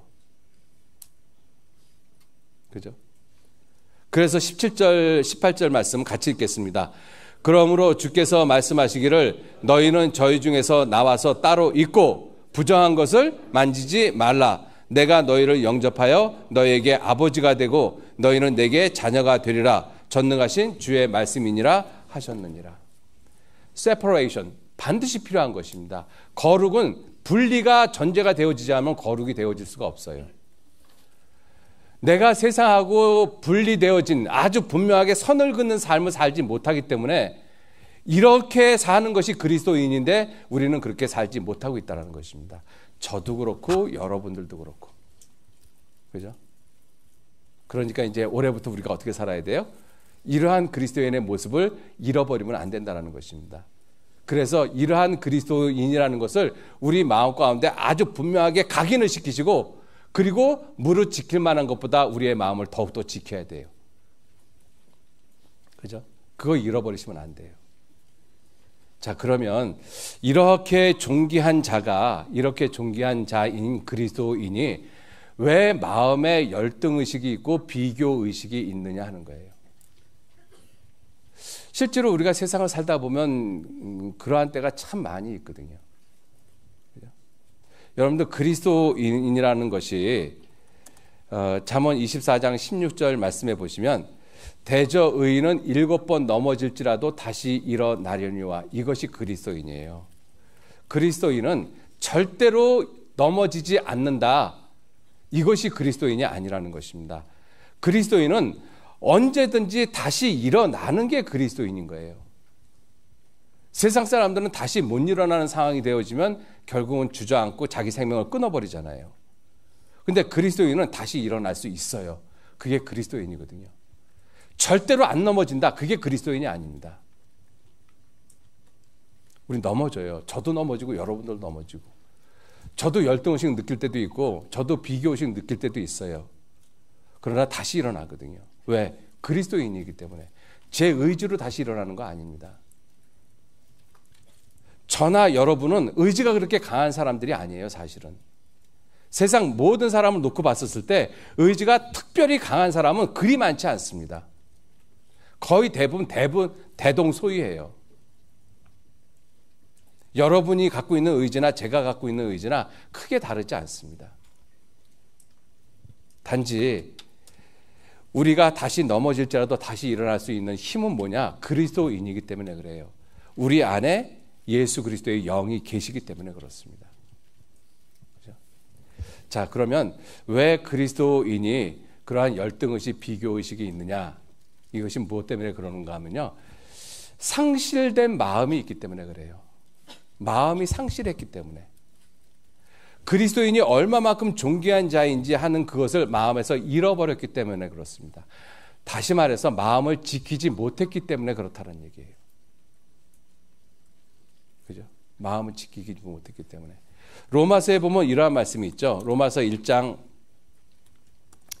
25절 이후서부터 보시면 하나님이 세 가지의 모습으로 이 사람들을 내어버려뒀어요.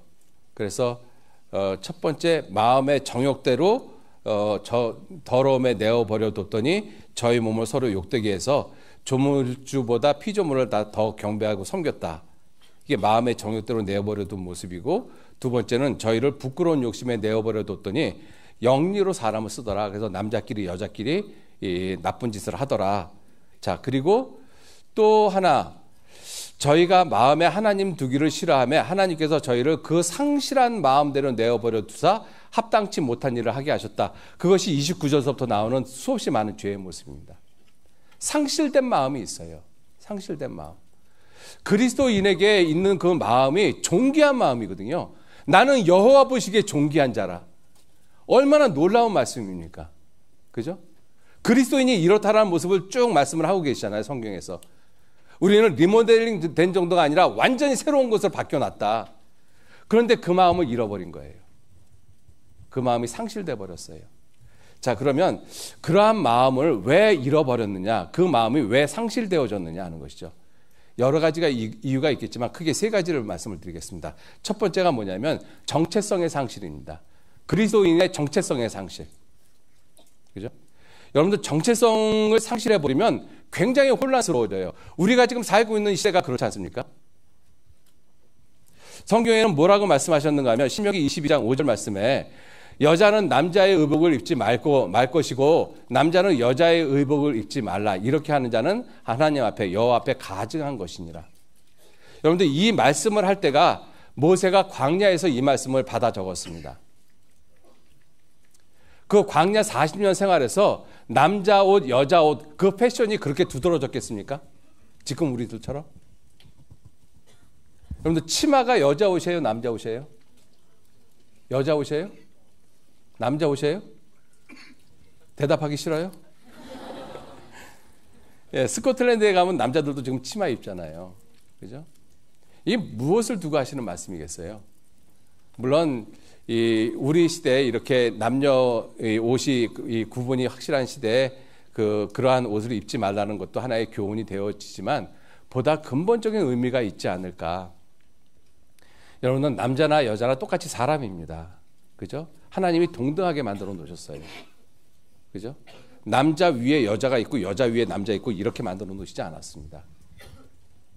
성경에 뭐라고 말씀하셨어요? 창세기 2장 18절 말씀에 여호와 하나님이 가라사대 사람의 독처하는 것이 좋지 못하니 내가 그를 위하여 돕는 배필을 지으리라. 돕는 배필은 뭐라고 돼 있어요? comparable to him, comparable to 아담. 아담에 필적할 만한 존재가 여자인 거예요. 하나님이 처음부터 남자 여자 이렇게 차등되게 안 만들어 놓으셨습니다. 그죠?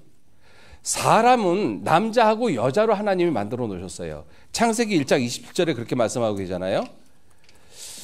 하나님이 남자와 여자를 창조하셨다. 남자라는 사람이 있고 여자라는 사람이 있어요. 그럼 남자하고 여자가 어떻게 구분이 되어지느냐? 사람에게 남자의 옷을 입히면 남자가 되고 여자의 옷을 입히면 여자가 되는 것뿐이에요.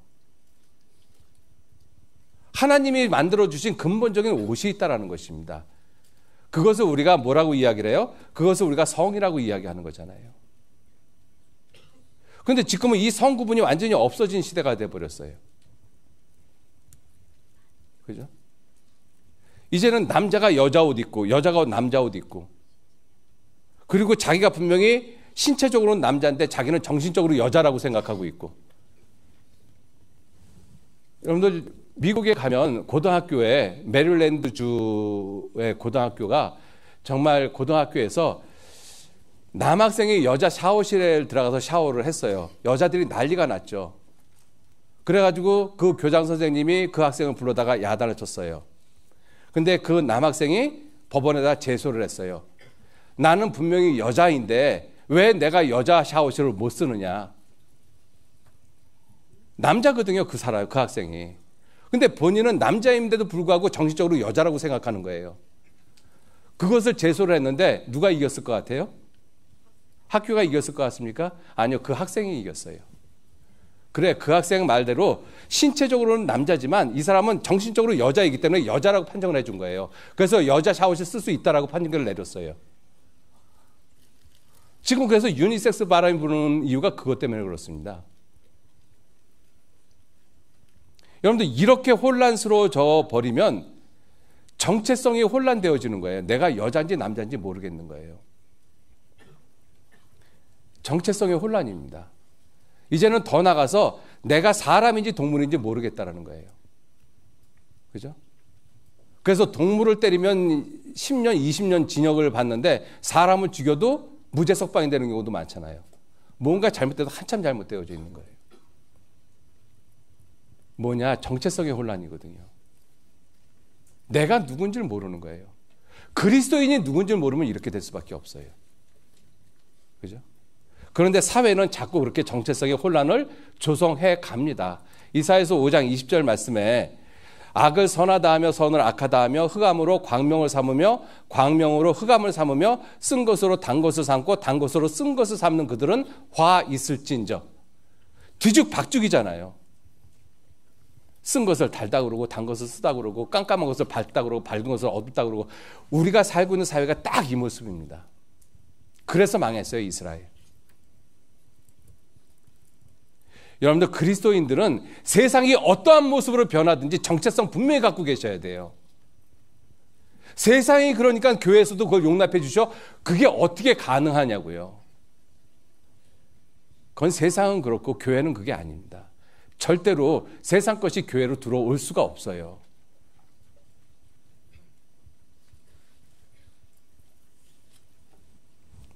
남자는 남자고 여자는 여자입니다.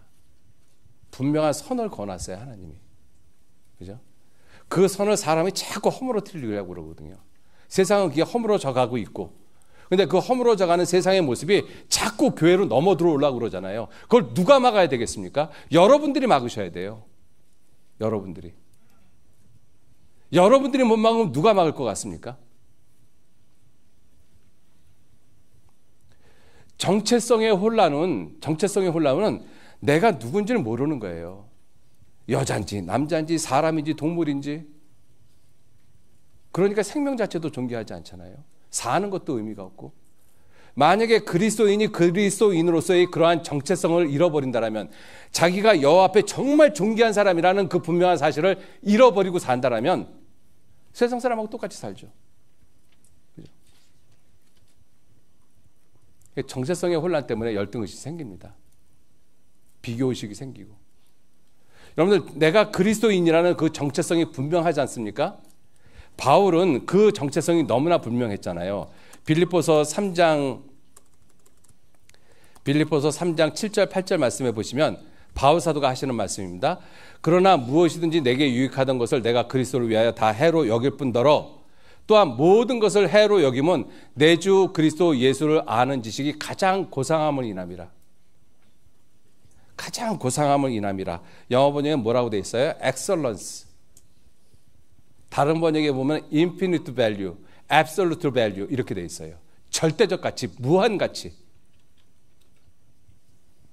여러분들 바울은 이거를 알고 있었기 때문에 세상 사람들이 바울을 채찍으로 때리던 조롱을 하든 아무런 문제가 안 되었던 거예요. 그죠? 그런데 그러한 정체성이 혼란이 되어지면 내가 옛날에는 이렇게 안 살았는데 내가 왜 이렇게 살아야 되지? 왜 내가 이런 대접 받아야 돼? 내가 왜 이런 취급 받아야 돼? 그런 생각이 들면서 어떤 생각이 들어요? 열등의식이 생기죠. 나도 세상에서 보란 듯이 한번 살 수 있는데 나는 왜 그렇게 살면 안 돼? 구원받지 못한 동창생들 만나면 나보다 잘 사는 동창생들 만날 수 있잖아요. 그럼 그 사람들 보면 전도할 생각보다는 저렇게 잘 사는 애 앞에서 내가 뭘 얘기를 하지? 나는 이렇게 사는데. 그게 열등의식이잖아요. 자기 비하고 비교의식이고. 여러분들 보세요. 내 주 예수 그리스도를 아는 지식이 가장 고상함을 인함이라. 절대적인 가치를 갖고 있어요. 절대적인 가치를 가지고 있으면요, 절대로 열등의식, 비교의식 안 생깁니다. 가만히 생각해 보면 그게 맞잖아요. 그죠? 그럼 내가 열등의식, 비교의식, 자기 비하가 생기는 이유가 뭐냐? 절대적인 가치를 상실했기 때문에 그래요. 절대적인 가치를 왜 상실했느냐? 정체성의 상실입니다. 내가 누군지를 모르는 거예요. 그리스도인이 뭔지를 모르는 거예요. 그래서 앞부분에서 성경에서 그리스도인이 어떠한 모습이라는 것을 얼마나 많이 말씀하고 계십니까? 근데 그러한 그리스도인의 모습은 나하고 상관없다라고 생각하는 거거든요.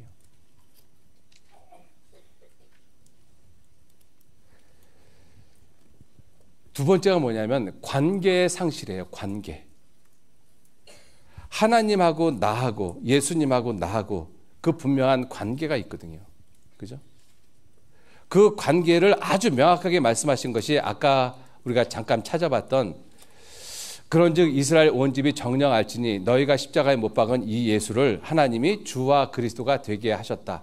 여기에 보시면 되게 하신 분이 누구셔요? 주체가 하나님이십니다. 그죠? 뭘 되게 하셨느냐? 관계를 맺게 하셨다라는 것입니다. 관계. 예수님하고 나하고는 관계가 아무것도 없었잖아요. 구원받기 전에는. 그런데 구원을 받으면 예수님하고 나하고 관계가 형성이 됐어요. 그 관계를 맺게 해주신 분이 누구시냐? 하나님이시라는 것이죠. 그 관계가 무슨 관계냐? 주와 이 주인과 종의 관계, 목자와 양의 관계, 왕과 백성의 관계로 만들어 놓으셨다는 것입니다. 여러분들 이 목자하고 양하고의 관계를 우리가 생각을 해보면 이 부분이 아주 쉬워요. 여러분들 양은 스스로 자기가 꼴을 찾거나 맑은 물을 찾거나 또는 이리와 늑대떼하고 싸울 수 있는 힘이 절대로 없습니다. 그죠? 철저하게 목자가 보호해주지 않으면 살지 못하는 것이 양이에요. 구원을 받으면 하나님이 우리를 예수님하고 나와의 관계를 그렇게 만들어 놓으셨다고 말씀하시는 거거든요. 시편 100편 3절에 보시면 여호와가 우리 하나님이신 줄 너희는 알지어다. 그는 하나님은 우리를 지으신 자시요 우리는 그의 것이니. 우리가 그의 것이면 그분은 누구셔요? 우리의 주인이잖아요. 우리는 그의 백성이요. 그러면 그분은 누구셔요? 왕이십니다. 우리는 그의 기르시는 양이면 그분은 뭐셔요? 목자이시거든요. 이 관계가 분명하게 맺어져 있는 거예요. 누가 이 관계를 맺게 해주셨느냐? 하나님께서 그렇게 해놓으신 거예요. 그런데 그 관계에 대해서 우리가 깊이 생각하지 않고 그 관계를 의미 없는 것으로 생각합니다. 뭐 예수님이 목자는 무슨 목자야. 왕은 무슨 왕이고. 내가 내 목자고 내가 왕이지. 내 인생 내가 사는 것이. 그 관계의 상실이 결국은 내 자신을 비참한 상태로 몰아갑니다. 왜? 우리는 양과 같은 존재이기 때문에 내 스스로 꼴을 못 찾거든요. 내 스스로 맑음을 못 찾거든요. 내 스스로 세상에서 꼴을 찾으려고 열심히 노력하잖아요. 그죠? 돈 벌어보려고. 됩니까? 되는 것 같은데 안 되잖아요. 그러니까 되는 것 같은데 안 될 때마다 뭔 생각이 들어요? 자기 자신에 대해서 한심한 생각 들잖아요. 나는 왜 이렇게밖에 못 살지? 나는 왜 이러지? 구원받은 그리스도인이? 그러니 열등의식이 생기죠. 자기 비하가 생기고. 다른 사람을 비교해보면 자기는 형편없는 사람이고. 그런데 그 양이 내가 정말 내 주인이 예수 그리스도시다. 내 목자가 예수 그리스도라고 생각이 되어지면요, 그 양이 배가 고프든 물을 못 먹든 아무런 문제 안 됩니다. 왜? 내가 물을 못 먹든 꼴을 못 먹든 그 책임은 누구한테 있어요? 목자한테 있는 것이지 나한테 있는 것이 아니잖아요. 그죠? 여러분, 내가 열등의식에 빠지는 이유를 한번 생각해 보세요. 내가 하다가 안 되니까 열등의식에 빠지는 거잖아요. 나는 왜 이렇게 능력이 없지? 그런데 목자가 나를 인도하는 그 목자인데 내가 그 목자 밑에 있으면서 내가 양식을 못 얻어먹고 있고 꼴을 맑은 물을 못 마시고 있어요. 그럼 내가 나를 비하를 하겠느냐고요. 목자 책임인데. 그러니 사망의 음침한 골짜기를 지날지라도 내가 해를 두려워하지 않죠. 예수님이 정말 목자라는 분명한 관계를 내가 아주 분명하게 생각하고 있더라면. 우리가 그게 안 돼서 그래요. 여러분들, 예수님은 우리의 목자이십니다. 목자이셔요. 우리의 영혼의 목자이실 뿐만 아니라 성경에는 뭐라고 말씀하셨는가 하면 베드로전서 2장 24절 25절에 보시면 친히 나무에 달려, 예수님에 대해서 하시는 말씀이죠. 친히 나무에 달려 그 몸으로 우리 죄를 담당하셨으니 이는 우리로 죄에 대하여 죽고 의에 대하여 살게 하려 하심이라. 저가 채찍에 맞음으로 너희가 나음을 얻었나니 같이 읽겠습니다. 너희가 전에는 양과 같이 길을 잃었더니 이제는 너희 영혼의 목자와 감독 되신 이에게 돌아왔느니라. 우리는 예수님을 내 영혼의 목자와 감독으로만 생각하고 있어요. 내 영혼의 목자와 감독만이 아니라 내 삶, 내 생활의 목자와 감독이십니다. 근데 우리는 관계를 내 영혼의 목자와 감독으로만 예수님을 생각하고 있는 거예요. 내 생활 가운데서는 예수님이 목자가 아니시죠. 감독이 아니십니다. 그러니까 내 삶에 힘들고 어려운 일이 생기고 그 힘들고 어려운 일이 일어날 때마다 나 자신을 돌아보게 되고 나 자신을 볼 때마다 내가 스스로 한심한 생각이 들고 내가 이렇게 힘들고 어려운데 내가 이런 상황에서 동계수련에 참여해야 돼? 내가 전도 집회해야 돼? 나가서 돈 벌어야 되는데 이 생각이 들 수밖에 없죠. 그죠? 그러니까 그렇게 생각이 들어지는 자신이 얼마나 비참하게 느껴지겠습니까? 세 번째는 초점, 중심의 상실입니다. 중심. 그죠? 초점이 안 맞춰지면 그럴 수밖에 없어요. 여러분들, 예수님의 삶을 보면 예수님의 삶은 초점이 아주 분명했다라는 거예요. 예수님은 자신이 왜 이 세상에 오셨는지, 자신이 누구신지 아주 분명하게 자기에 대해서 아셨어요. 그죠? 그래서 예수님이 이 땅에 오셨을 때 한번 예수님에 대한 삶을 잠깐 좀 보시죠. 요한복음 보시겠습니다. 요한복음 6장.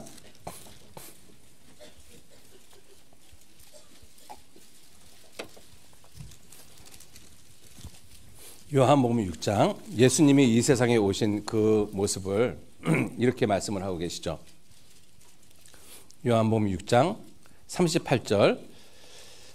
제가 몇 구절만 계속 연달아서 성경을 찾아서 그냥 읽어드리도록 하겠습니다. 6장 38절. 내가 하늘로서 내려온 것은 내 뜻을 행하려 함이 아니요 나를 보내신 이의 뜻을 행하려 함이니라. 예수님이 자기가 세상에 온 목적, 이유에 대해서 아주 분명하게 말씀을 하고 계시죠. 그래서 예수님은 상당히 많은 말씀 가운데 내가 내 스스로 온 것이 아니라 아버지께서 나를 보내서 왔다라는 말씀을 많이 하십니다. 그러니까 예수님의 삶의 초점이 자기를 보내신 아버지라는 거예요. 예수님의 삶의 초점이 자기를 보내신 아버지라는 것입니다. 그것의 생각을 가지시고 제가 지금 찾는 성경 말씀을 좀 생각을 해보셔요. 보세요. 5장도 한번 보셔요. 5장 30절 말씀. 5장 30절. 내가 아무것도 스스로 할 수 없노라. 듣는 대로 심판하노니 나는 나의 원대로 하려 하지 않고 나를 보내신 이의 원대로 하려는 거로 내 심판은 의로우니라. 예수님이 심판하시거든요. 근데 자기 원대로 하지 않는데요. 자기를 보내신 이의 뜻대로. 4장도 보시죠. 4장 34절 말씀을 보시면 이러한 모습이 예수님의 삶의 초점이 얼마나 아버지에 대해서 분명하게 맺혀져 있는가 하는 것을 좀 생각해 보셨으면 좋겠습니다. 34절 예수께서 이르시되 나의 양식은 나를 보내신 이의 뜻을 행하며 그 일을 온전히 이루는 이것이니라. 양식이 이때 예수님 물 못 얻어 잡수셨어요. 사마리아 여인한테. 그죠? 목마르고 배고플 때잖아요. 근데 내 양식은 야 너희들이 생각하는 것처럼 그게 아니다. 나를 보내신 이의 뜻을 행하고 온전히 이루는 것이다. 여러분들 아버지에 대해서 초점이 분명히 맞춰져 있지 않으면 이렇게 말씀하는 것은 불가능하죠. 그죠? 예수님이 자기가 하나님께로부터 왔다라고 말씀을 계속 하십니다. 8장 한번 보시죠. 8장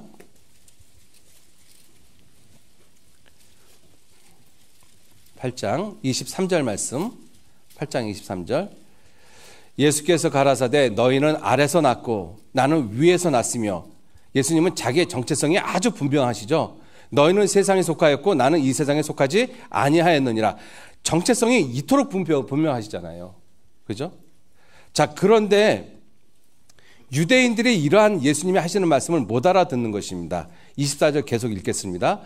이러므로 내가 너희에게 말하기를 너희가 너희 죄 가운데서 죽으리라 하였노라.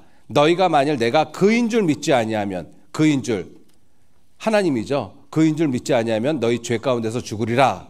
그랬더니 유대인들이 25절 저희가 말하되 내가 누구냐. 시컨 듣고 나서 내가 누구냐 또 이렇게 물었어요. 예수님이 또 대답을 해 주시죠. 예수께서 가라사대 나는 처음부터 너희에게 말하여 온 자니라. 그리고 예수님이 그 다음 하시는 26절 말씀 한번 보셔요. 뭐라고 말씀하시는가. 보세요. 내가 너희를 대하여 말하고 판단할 것이 많다. 이렇게 못 알아듣는 유대인들 답답하잖아요. 얼마든지 예수님 육신의 생각으로 그들을 꾸짖고 야단치고 하실 수 있어요. 그죠? 그런데 판단할 것이 많으나 나를 보내신 이가 참되매 내가 그에게 들은 그것을 세상에게 말하노라. 자기 사사로운 의견 이야기하지 않았습니다. 그죠? 여러분들 이와 같이 마음이 힘들고 어렵고 답답한 상황에서 자기 의견을 내지 않고 들은 말씀만 그대로 전할 수 있다는 그 의미가 뭐겠어요? 아버지가 삶의 초점 중심이었기 때문에 그렇습니다. 그게 아니면 불가능한 거잖아요. 그렇죠? 예수님이 내가 아브라함을 봤다라고 하니까 유대인들이 돌로 치려고 하고 12장도 한번 보셔요. 12장 49절 50절 말씀 49절 50절 말씀 또 같이 읽겠습니다. 내가 내 자의로 말한 것이 아니요 나를 보내신 아버지께서 나의 말할 것과 이룰 것을 친히 명령하여 주셨으니 나는 그의 명령이 영생인 줄 아노라. 그러므로 나의 이루는 것은 내 아버지께서 내게 말씀하신 그대로 이루노라. 그죠? 예수님의 삶의 초점이 이와 같은 모습이 아니면 이러한 말씀은 하실 수가 없는 것이죠. 성경 전체가 요한복음 내용 전체가 다 그와 같은 모습입니다. 그죠? 그러니까 예수님은 삶에서 이렇게 말씀하십니다. 요한복음 6장 57절 말씀에 57절에 이렇게 말씀하시죠. 살아계신 아버지께서 나를 보내심에 내가 아버지로 인하여 산다. 아버지로 인하여 산다. 여러분들 우리는 무엇으로 살죠? 우리는 정말 예수 그리스도로 인하여 삽니까? 예수님은 아버지로 인하여 산다라고 말씀하셨어요. 삶의 초점이 아주 분명하죠. 그 초점이 아주 분명하니까 주변적인 것은 그리 중요하지 않은 거예요. 여러분 사진을 보면 이러한 사진들 있죠. 여기 보면 이 아이를 말씀하려고 하는 것이 아니라 이 아이에게 초점을 잡고 나서 나머지 뒤에 있는 화면들은 이 배경들은 다 흐려버렸어요. 그러니까 이 인물이 아주 뚜렷하게 부각이 되어지잖아요. 그죠? 이것을 이제 사진 찍는 우리나라 사진 작가들은 이것을 아웃포커싱이라고 이야기를 합니다. 한 군데만 초점을 잡아놓고 나머지는 다 흐려버리는 거예요. 그럼 인물 사진 같은 경우 이럴 때는 인물이 아주 뚜렷하게 부각이 되어지죠. 또 이러한 모습, 그죠?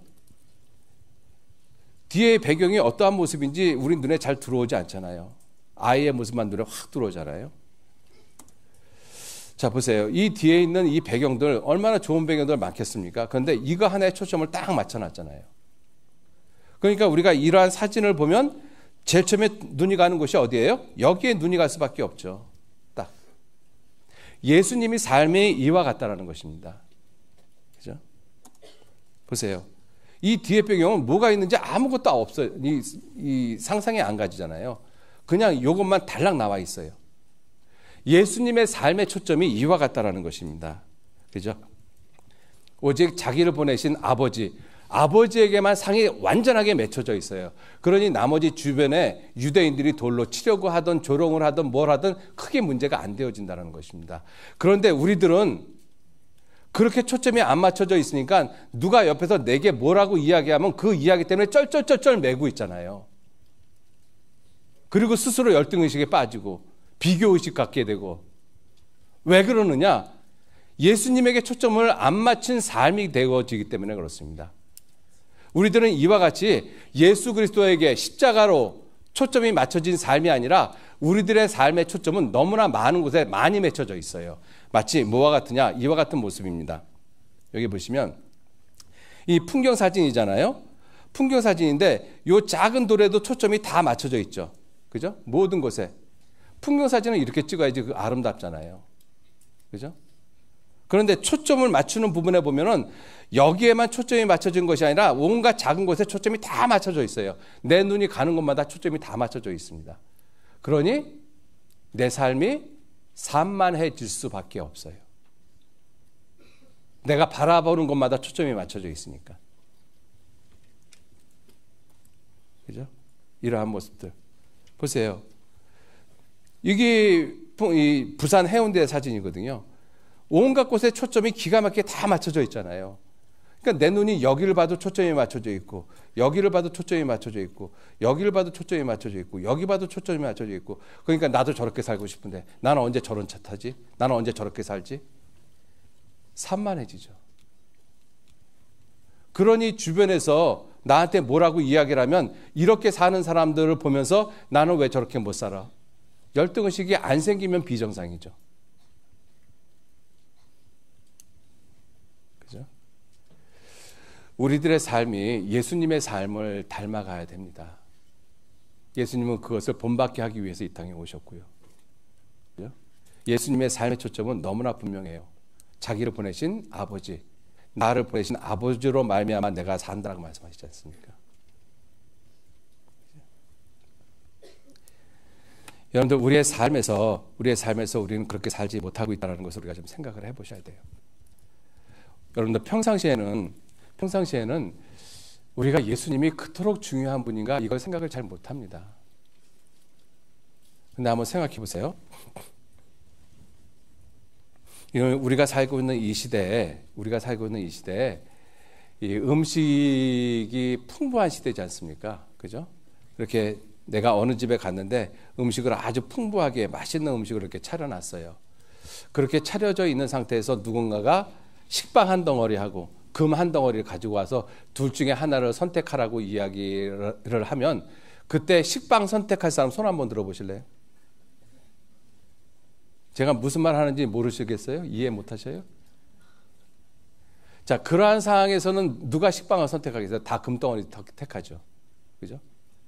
근데 전쟁이 일어나서 양식을 구할 수가 없는 상태가 되어지면, 돈 가지고도 양식을 살 수 없는 상태가 되어지면 그와 같은 상태에서 식빵을 택하겠습니까? 금덩어리를 택하겠습니까? 그러죠. 그때는 식빵 택하죠. 그때 가서야 비로소 금보다 빵이 더 중요했구나 그걸 깨닫는 거예요. 그죠? 그걸 좀 생각을 확장을 좀 시켜가 보겠습니다. 그 빵하고 물이 없는 사막에서 내가 여행을 할 때 며칠 동안 물을 못 먹었어요. 그때 어떤 사람이 물 한 컵하고 빵을 한 덩어리 갖고 왔어요. 그때는 뭘 택할 것 같습니까? 그때 빵 택하겠어요? 그러자라도 못 메이는데? 그때는 물 택하잖아요. 그죠? 그때 가면 물이 그렇게 중요했구나 깨닫게 되잖아요. 또 하나 좀 확장을 시켜보면 공기하고 물하고 비교를 해보면 평상시에 지금 이와 같은 상황에서 내가 공기가 그렇게 고맙다고 누가 생각해요? 공기보다 물이 훨씬 더 소중하지. 그런데 정말 공기가 없는 그러한 상황에 들어가게 되어지면 그때서야 비로소 공기가 물보다 훨씬 중요했구나 이거 깨닫게 되어집니다. 그죠? 자, 그런데 제가 이 연필을 놓으면 떨어지잖아요. 이 떨어지는 이유가 뭐죠? 그러죠. 중력이 있기 때문에 그래요. 여러분들 중력에 대해서 감사해 본 적 있어요?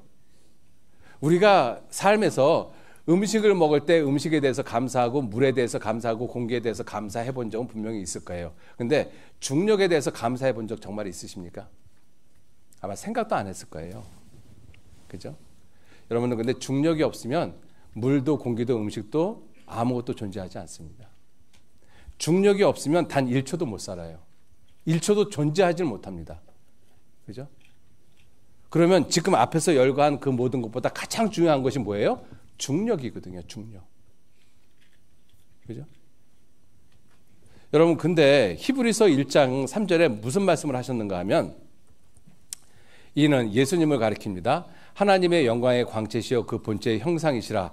그의 능력의 말씀으로 만물을 붙드신다. 만물을 붙드는 힘이 있거든요. 그래서 물리학자들은 이 물리학계에 4가지 힘이 있다라고 이야기를 하잖아요. 중력, 그다음에 전자기력, 그다음에 핵력, 양력, 강력이라고 이야기하는 그 4가지 힘은 궁극적으로 하나의 힘이라고 이야기를 하고 있습니다. 그게 이제 물리학에서 이야기하는 통일장 이론이거든요. 궁극적으로 하나의 힘이 이렇게 여러 가지 4가지의 힘으로 나타나고 있다는 것입니다. 그래서 그 하나의 힘을 찾으려고 하는데 성경에서는 만물을 붙드시는 하나의 힘이 있다라고 말씀하고 있잖아요. 그 만물을 붙드시는 힘 중에 하나가 중력이거든요. 그죠? 그럼 이 중력을 있게 하는 가장 근본적인 것이 뭐예요? 능력의 말씀이잖아요. 그럼 중력보다 더 근원적이고 더 원론적이고 본초적인 가장 중요한 것이 뭐예요? 능력의 말씀입니다. 이 능력의 말씀이 육신이 되신 분이 누구셔요? 예수님이시잖아요. 여러분들 예수님이 없으면 아무것도 존재하지 않습니다. 그죠? 그런데 평상시에 우리가 예수님을 정말 공기보다 중력보다 더 중요하게 생각하시느냐고요. 안 그렇지 않습니까? 그죠?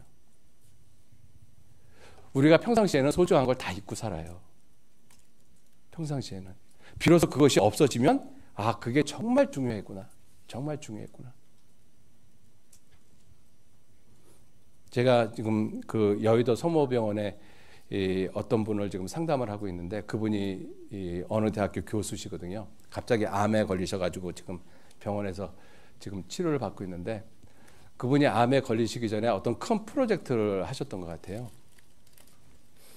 그런데 이제 그 프로젝트를 이제 제출하고 완성해서 제출하고 나서 그리고 이제 몸이 좀 이상해서 병원에서 진단을 받았는데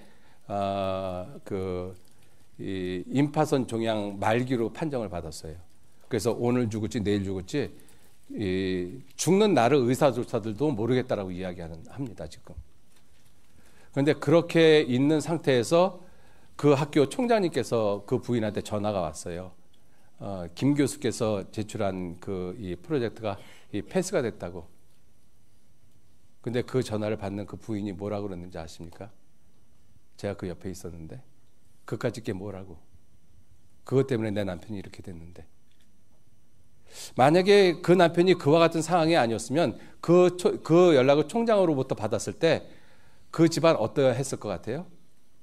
축하하고 난리가 났겠죠. 그죠? 근데 지금 상황이 오늘 죽을지 내일 죽을지 몰라요.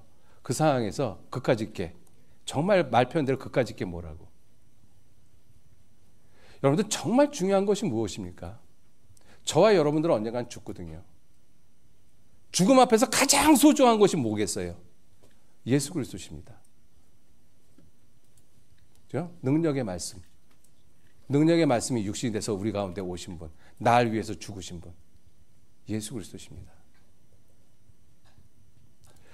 그 예수 그리스도에 대한 절대적인 가치를 내가 잃어버리지 않고 있다라면 정체성을 가질 수 있고요. 예수님의 관계를 회복할 수 있고, 그죠? 예수님에게 초점을 맞출 수 있습니다. 우리의 삶은 예수님에게 항상 초점을 맞추는 삶이어야 돼요. 히브리서 3장 1절 말씀 같이 읽도록 하겠습니다.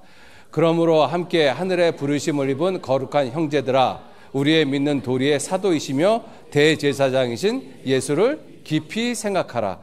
예수를 깊이 생각하라. 다른 번역에는 뭐라고 나오는가 하면요, Focus on Jesus로 나옵니다. Focus on Jesus. 예수를 깊이 생각하라. 예수님에게 초점을 맞추라. 여러분들, 내가 예수님에게 초점을 맞추면, 열등의식, 비교의식 절대로 안 갖습니다. 예수님에게 초점을 맞추면 내 정체성이 너무나 분명한 거예요. 그죠? 그리스도인이란 정체성. 그리고 주님하고 나하고의 관계가 어떤 것인지 분명히 알잖아요. 예수님에게 초점을 맞추면. 그죠? 예수님에게 초점을 맞추면 내 삶의 중심이 예수님이거든요. 안 흔들립니다. 예수님처럼.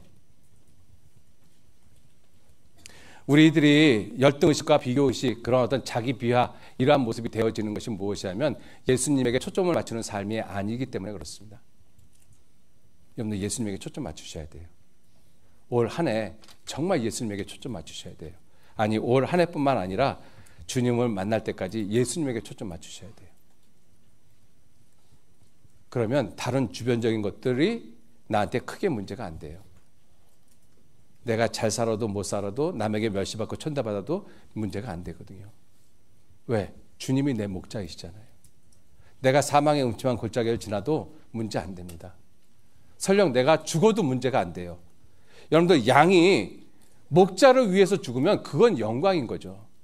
늑대에 물려 죽으면 비참한 모습이지만 양이 목자를 위해서, 목자 때문에 죽는다면 그건 영광인 것이거든요. 백성이 자기가 존경하는 왕을 위해서 죽었다? 영광이지 않습니까? 그죠? 정말 그리스도인이 예수 그리스도를 위해서 죽었다? 영광입니다. 최고의 영광이죠. 여러분들, 그런 영광 아무한테나 안 주어질 거라고 생각합니다. 예수님에게 초점 맞추셔야 돼요. Focus on Jesus. 예수 그리스도가 내 삶의 중심이고 초점입니다. 절대로 흔들리시면 안 돼요. 그죠? 그래야지만 내가 마음에 받은 상처가 치유되어질 수 있어요. 여러분들, 우리 마음에 받은 상처들은 이렇게 치유할 수는 있습니다. 성경에 잠언 한번 보시죠. 잠언 18장 한번 보셔요.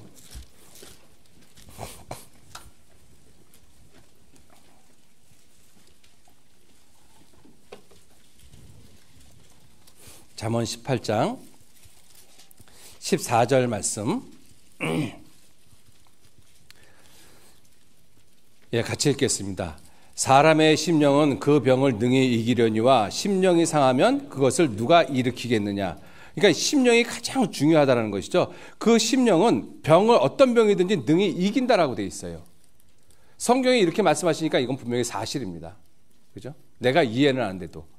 자, 그런데 우리가 성경을 보면은요, 그 앞에 17장 22절 말씀 한번 보셔요.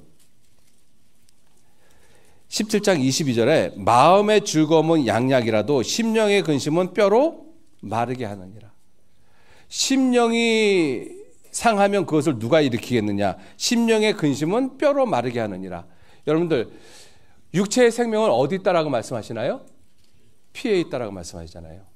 그런데 우리 몸에서 피를 만들어내는 것이 심장인가요? 우리 몸에서 피를 만들어내는 곳이 어디예요? 심장이에요? 제가 여기다 대고 심장이라고 그러니까 잘 이해를 못 하시네. 여기 심장 여기인가요? 어디서 피를 만들어내요? 뼈에서 만들어내잖아요. 그죠? 근데 뼈가 마르면 육체의 생명이 되는 피를 어떻게 제대로 만들어낼 수 있겠느냐고요. 그러니까 생명이 피에 있는데, 육체의 생명은 피에 있는데 피가 제대로 만들어지지 않고 제대로 공급되어지지 않으면 많은 병은 생겨날 수밖에 없다라는 것이잖아요. 육체적으로. 그죠? 그리고 16장 30절에 뭐라고 말씀하고 있어요?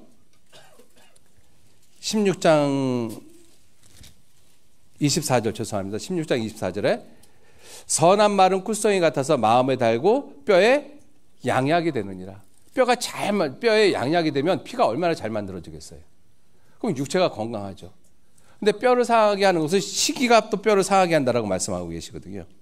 그죠? 시기는 뼈로 썩게 하느니라. 이 14장 30절 말씀에 마음의 화평은 육신의 생명이나 시기는 뼈를 상하게 하느니라. 자, 그러니까 이러한 말씀들을 보면 우리가 육체적으로 분명히 건강한 상태가 되어지기 위해서는 피 자체가 건강한 모습이 되어져야 돼요. 그 피 자체가 건강하게 되어지기 위해서는 뼈가 튼튼해져야 되고, 뼈가 튼튼해지려면 마음의 즐거움이 있어야 된다는 것입니다. 심령이 상하지 말아야 돼요. 그런데 문제는 심령이 상처를 받았거든요. 마음의 상처를 받았어요. 이미 받고 있는 상태에서 그걸 어떻게 회복을 시키느냐 하는 것이죠. 그죠? 마음을 즐겁게 해야 되잖아요. 마음의 즐거움은 양약이라도. 근데 마음이 지금 상처를 받고 있는데 어떻게 즐거워져요? 그죠? 여러분들 여기 보면 누가복음 5장 17절 말씀에 여기 보시면 병을 고치는 능력이 예수와 함께 하더라. 모든 병을 고치는 능력은 예수님에게 있어요. 그죠? 예수님에게 있습니다. 내가 마음에 상처를 받았어요. 세상 것으로 치유 안 되거든요. 여러분들 그리스도인들이 받은 상처는 대부분 세상 것으로 치유되기가 굉장히 어렵습니다. 왜냐하면 그리스도인들이 상처를 받는 가장 근본적인 이유가 그리스도인들끼리 생활하다가 받는 상처이기 때문에 그래요. 내가 구원받지 못한 사람으로 받은 상처는 그렇게 나한테 크게 상처가 되어지지 않습니다. 왜? 그들은 내가 전도해야 될 대상이라는 걸 알고 있기 때문에 오히려 그들을 불쌍히 여기는 마음이 생겨서 그들이 나에게 준 상처가 그렇게 크게 느껴지진 않아요. 그런데 그리스도인들끼리 함께 교제하면서 받는 상처, 더 나아가서는 앞에서 일하는 사람으로부터 받는 상처, 더 나아가서는 전도인들에게서 받는 상처, 이런 상처들이 안 지워진다는 것입니다. 그죠? 그러한 상처를 어떻게 치유할 것이냐는 거예요. 예수 그리스도밖에 안 계십니다. 모든 병을 고치는 능력이 예수와 함께 하더라. 예수와 함께 하더라. 여러분들 12회를 혈루증으로 앓는 여인이 예수님 옷가에 손을 댔습니다. 그리고 그 병이 났어요. 그리고 예수님께서 하시는 말씀이 마가복음 5장 몇 절 정도 될까요? 예, 정확하게 저를 지금 기억을 못해서 예, 여기 이는 내가 그의 옷에만 손을 대어도 구원을 얻으리라 하밀러라. 그리고 이에 혈루의 근원이 곧 마름에 병이 나온 줄 몸에 깨달으니라. 여기 보세요. 5장 30절에 예수께서 그 능력이 무슨 능력이에요? 12회를 혈루증으로 앓는 그 여인의 병을 고치는 그 능력이 원래 예수님에게 있었잖아요. 그 능력이 어디에게서? 자기에게서 나간 줄 알았다. 예수님에게 있는 능력이 나갔어요. 나가서 어디로 갔느냐? 그 여인에게 갔어요. 그러니까 그 여인이 났어요. 모든 병을 고치는 능력은 예수님에게 있는데 그 예수님에게 있는 그 능력을 내게로 끌어들이는 그 유일한 길이 뭐냐? 믿음이라는 것입니다. 그죠? 믿음이라는 거예요. 그 능력이 자기에게서 나간 줄 아시고 누가 내 옷에 손을 댔냐고 묻잖아요. 그래서 이 여인이 예수님에게 나와서 이렇게 저렇게 이야기를 다 했어요. 그랬더니 예수님께서 그래, 내가 너를 구원했다라고 말씀 안 하시잖아요. 내 믿음이 너를 구원하였다. 내 믿음이. 그죠? 그러니까 내가 어떤 심령의 병이든지 우울증이든지 무슨 병이든지 그 모든 병을 고칠 수 있는 능력이 누구에게 있어요? 예수님에게 있어요. 그거 먼저 확실히 하셔야 돼요. 그걸 확실히 하셔야 돼요. 그래서 예수님께서 무슨 말씀하셨는가 하면 요한복음 14장 14절 말씀에 내 이름으로 무엇이든지 내게 구하면 누가 시행하신다고요? 예수님이 시행하셔요. 예수님이 시행하시니까 당연히 낫죠. 어떤 병이든지. 그죠? 문제는 내게 그 믿음이 없다라는 것입니다. 내게 그 믿음이 없다라는 거예요. 그러니까 그 믿음이 없으면 어떻게 해야 돼요? 그 믿음 달라고 기도해야죠. 하나님, 주님, 내게 그 믿음이 없습니다. 내게 그 믿음을 주십시오. 그죠? 그 기도 하셔야 돼요. 내 이름으로 무엇이든지 구하면 내가 시행하리라. 그리고 이미 구한 것은 그죠? 11장 21절 23절 보시면 무화과 나무로 예수님이 명령하시니까 말랐잖아요. 그랬더니 베드로가 주님이 말씀하신 무화과가 말랐습니다. 그때 이제 예수님이 이 말씀하신 거예요. 내가 진실로 너희에게 이르노니 누구든지 이 산더러 들려 바다에 던지우라 하며 그 말하는 것이 이룰 줄 믿고 그 말하는 것이 이룰 줄 믿고 마음에 의심치 아니하면 그대로 되리라. 여러분 산이 있는데 내가 산한테 야, 너 옮겨서 바다에 빠져. 그러면 그대로 된다라는 거예요. 어떨 때? 내가 믿고 의심치 아니하면. 여러분들 가능할 것 같습니까? 솔직히. 저는 이 부분이 물론 다른 영적인 의미를 굉장히 많이 포함을 하고 있어요. 근데 이런 일이 과연 진짜 일어나겠느냐 우리한테. 저는 안 일어난다라고 생각을 하거든요. 그게 내 믿음이니까 내가 산을 향해서 소리쳐도 산은 꿈쩍도 안 하는 거예요. 그게 내 믿음이니까. 그죠? 우리 가운데 그렇게 산이 옮겨서 바다에 빠추라 완벽하게 그것을 조금도 의심하지 않고 믿고 있는 사람들이 과연 인류 가운데 있겠느냐? 저는 없다라고 생각합니다. 그러니까 안 되는 거예요. 그죠? 근데 예수님이 명령하시면 될까 안 될까요? 예수님이 명령하시면. 예수님이 산한테 명령을 해서 산보로 옮겨서 바다에 빠추라 그러면 그 산 명령대로 될까요 안 될까요? 돼요. 우리는 그걸 봤잖아요. 성경에서. 바람과 파도가 다 잠자게 했어요. 예수님께서. 그죠? 그리고 하시는 말씀이 뭐예요? 내가 말하면 천지가 일제히 서느니라. 왜 예수님은 말씀하시면 그렇게 되는데 우리는 안 될까요? 두 가지 이유입니다. 예수님은 첫째 창조주이시고 그리고 두 번째는 예수님은 완전한 믿음을 갖고 계시니까. 우리는 그 믿음이 없는 거예요. 그죠? 이러한 말씀을 하시는 이유가 뭘까라고 생각하십니까? 예수님이 모든 걸 다 고칠 수 있어요. 정말로. 근데 우리 마음에서 내가 정말 병이 걸리면 내가 기도한다고 나을까? 기도한다고만 돼? 이러한 믿음이 있잖아요. 그 믿음이니까 안 되는 거예요. 여러분들 제가 병원 가지 말고 약 먹지 말라는 얘기가 아닙니다. 내가 정말 그 믿음을 가지고 기도를 하면 하나님이 내 병을 기가 막히게 고칠 의사를 만나게 해주고 약을 만나게 해줄 거예요. 틀림없이. 그것도 하나님이 하시는 방법이니까. 근데 우리가 정말 그러한 마음을 가지고 기도를 하느냐고, 믿음을 가지고. 그게 안 되니까 치유가 안 되죠. 민수기 21장에 불뱀에 물린 사람들이 있습니다. 하나님이 어떻게 치료를 시키셨어요? 노뱀을 만들어서 장대에 달라. 쳐다보면서 한다라고 되어 있어요. 여러분들 그 시대에 노뱀 쳐다보고 산 사람이 많을까요? 안 쳐다보고 죽은 사람이 많을까요? 안 쳐다보고 죽은 사람이 훨씬 많을 거예요. 그럼 그거 쳐다보는데 그렇게 힘이 들어요? 왜 못 쳐다봤을까요? 마음에 상처가 있으면 그거 쳐다보는 게 정말 그렇게 힘들다라는 거예요. 마음에 상처가 있으면. 그죠? 평상시 같으면 그거 쳐다보는 게 뭐가 힘들겠어요. 근데 마음에 상처가 있으면 이게 고개가 안 들어지는 거예요. 여러분들 그때 예수 그리스도 생각하시라는 거예요. 여러분들 예수 그리스도를 생각해 보면 시간 지났네요. 어떡하죠? 4시까지인데 죄송합니다. 빨리 끝낼게요. 하여튼 죄송합니다. 시간이 지금 4시 넘은 거 맞죠? 예, 죄송합니다. 여러분들 예수님을 생각해 보면 예수님을 단지 인간적으로 한번 생각해 보세요. 예수님만큼 마음에 큰 상처를 받은 사람이 인류 역사 가운데 과연 있겠는가? 여러분들 사람이 마음의 상처를 가장 크게 받는 것이 어떤 경우라고 생각하셔요?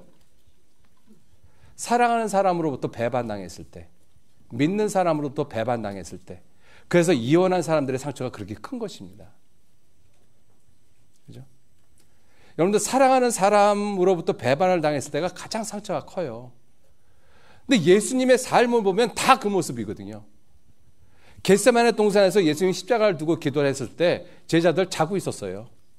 깨어서 기도하라고 부탁까지 했는데 그 모습을 본 예수님의 그 인간적인 마음이 얼마나 그 제자들을 보면서 한심한 생각이 들었겠어요. 그죠? 예수님이 십자가에 달려 돌아가시기 전에 유다가 체포하러 왔잖아요. 근데 예수님이 이적을 나타내서 그들의 갈 길을 갖다가 열어줬어요. 다 도망가 버렸습니다. 다 도망가 버렸어요. 예수님 혼자 잡혀갔잖아요. 그런 것을 단지 인간적인 관점으로만 한번 예수님의 마음을 살펴보셔요. 그 마음의 상처가 얼마나 크겠는가. 그죠? 예수님을 위해서 자기 생명까지 내버리겠다라고 이야기한 베드로는 3번이나 부인했어요. 3년 동안 예수님을 따라다녔던 유다는 예수님을 팔아버렸고, 여러분들 마음에 상처받은 것으로 생각을 해보면 예수님만큼 마음에 큰 상처를 받은 분이 안 계시다라는 것입니다. 그래서 예수님을 바라보면 치유가 생겨요. 그죠? 예수님 생각하시라는 것입니다. 그래서 성경은 우리에게 말씀하시기를, 죄송합니다. 그냥 빨리 좀 끝내야 되겠습니다. 믿음의 주여 온전케 하시는 이인 누구를 바라보자? 예수를 바라보자. 여러분들 예수 바라보셔야 돼요. 내 삶의 절대적인 중심, 초점 예수 그리스도십니다. 내 생명보다 더 소중하신 분이셔요. 여러분들 그 마음을 빼앗기지 마셔야 돼요. 무릇 지킬 만한 것보다 더욱 내 마음을 지키라. 생명의 근원이 이에서 남이니라. 그죠? 자, 그리고 질문이 3가지가 올라왔거든요. 이 질문을 좀 자세히 설명을 해야 되는데 시간이 없어서 답만 이야기를 하겠습니다. 첫 번째 질문이, 목사님 로마서와 요한복음 묵상하는 방법 좀 알려주세요. 2번째, 성경을 쉽게 공부할 수 있는 방법이 있다면 무엇인지 궁금해요. 3번째, 장절을 외우는 방법이 궁금합니다. 정답 한번 이야기할게요. 정답이 아니라 제가 생각하는 정답. 그죠? 장절을 쉽게 외우는 방법, 반복하세요. 그 다음에 2번째, 성경 공부를 쉽게 할 수 있는 방법이 있다면 순종하시면 돼요. 순종하는 것만큼 깨달아지거든요. 그 다음에 로마서와 요한복음 뿐만 아니라 모든 성경을 묵상하는 가장 중요한 방법은 예수 그리스도십니다. 왜요? 성경에 뭐라고 말씀하고 계세요? 요한복음 5장 39절 말씀에 너희가 성경에서 영생을 얻는 줄 생각하고 성경을 상고하거니와 이 성경이 곧 내게 대하여 증거하는 것이로다. 예수 그리스도를 생각하시면서 성경 보시면 돼요. 그래서 성경 보시면서 올해는 일독하시는 건 물론 중요합니다. 그죠? 중요한데 일독을 하실 뿐만 아니라, 이제 구원받으신 지 오래되신 분들은 일독하실 뿐만 아니라 성경을 읽으시면서 하나님, 오늘 내가 읽는 성경에서 예수님 만나게 해주세요. 예수님 찾으셔야 됩니다. 그죠? 성경 전체가 예수님을 포커싱하고 있잖아요. 거기서 내가 읽는 성경에서 예수님을 못 만난다라면 그냥 성경을 읽은 거잖아요. 그죠? 그래서 올해는 성경을 읽으실 때 하나님, 내가 읽는 성경 한 장을 읽든 2장을 읽든 한 절을 읽든 내가 읽는 성경에서 예수님 꼭 만나게 해주십시오. 그게 성경을 묵상하는 가장 중요한 방법입니다. 죄송합니다. 시간이 많이 길었습니다. 같이 기도하시죠. 하나님, 귀한 은혜와 사랑에 진심으로 감사를 드립니다. 저희들 주님을 삶의 중심에 두고 좌로나 우로나 치우치지 아니하고 오직 위에서 부르신 부름의 상만을 위해서, 주님의 영광을 위해서 살아가는 삶이 되어지도록 우리 모두 이끌어 주시고 인도해 주옵소서. 모든 것 주님께 감사드리면서 우리를 사랑하시는 예수님 이름으로 기도 올렸습니다. 아멘.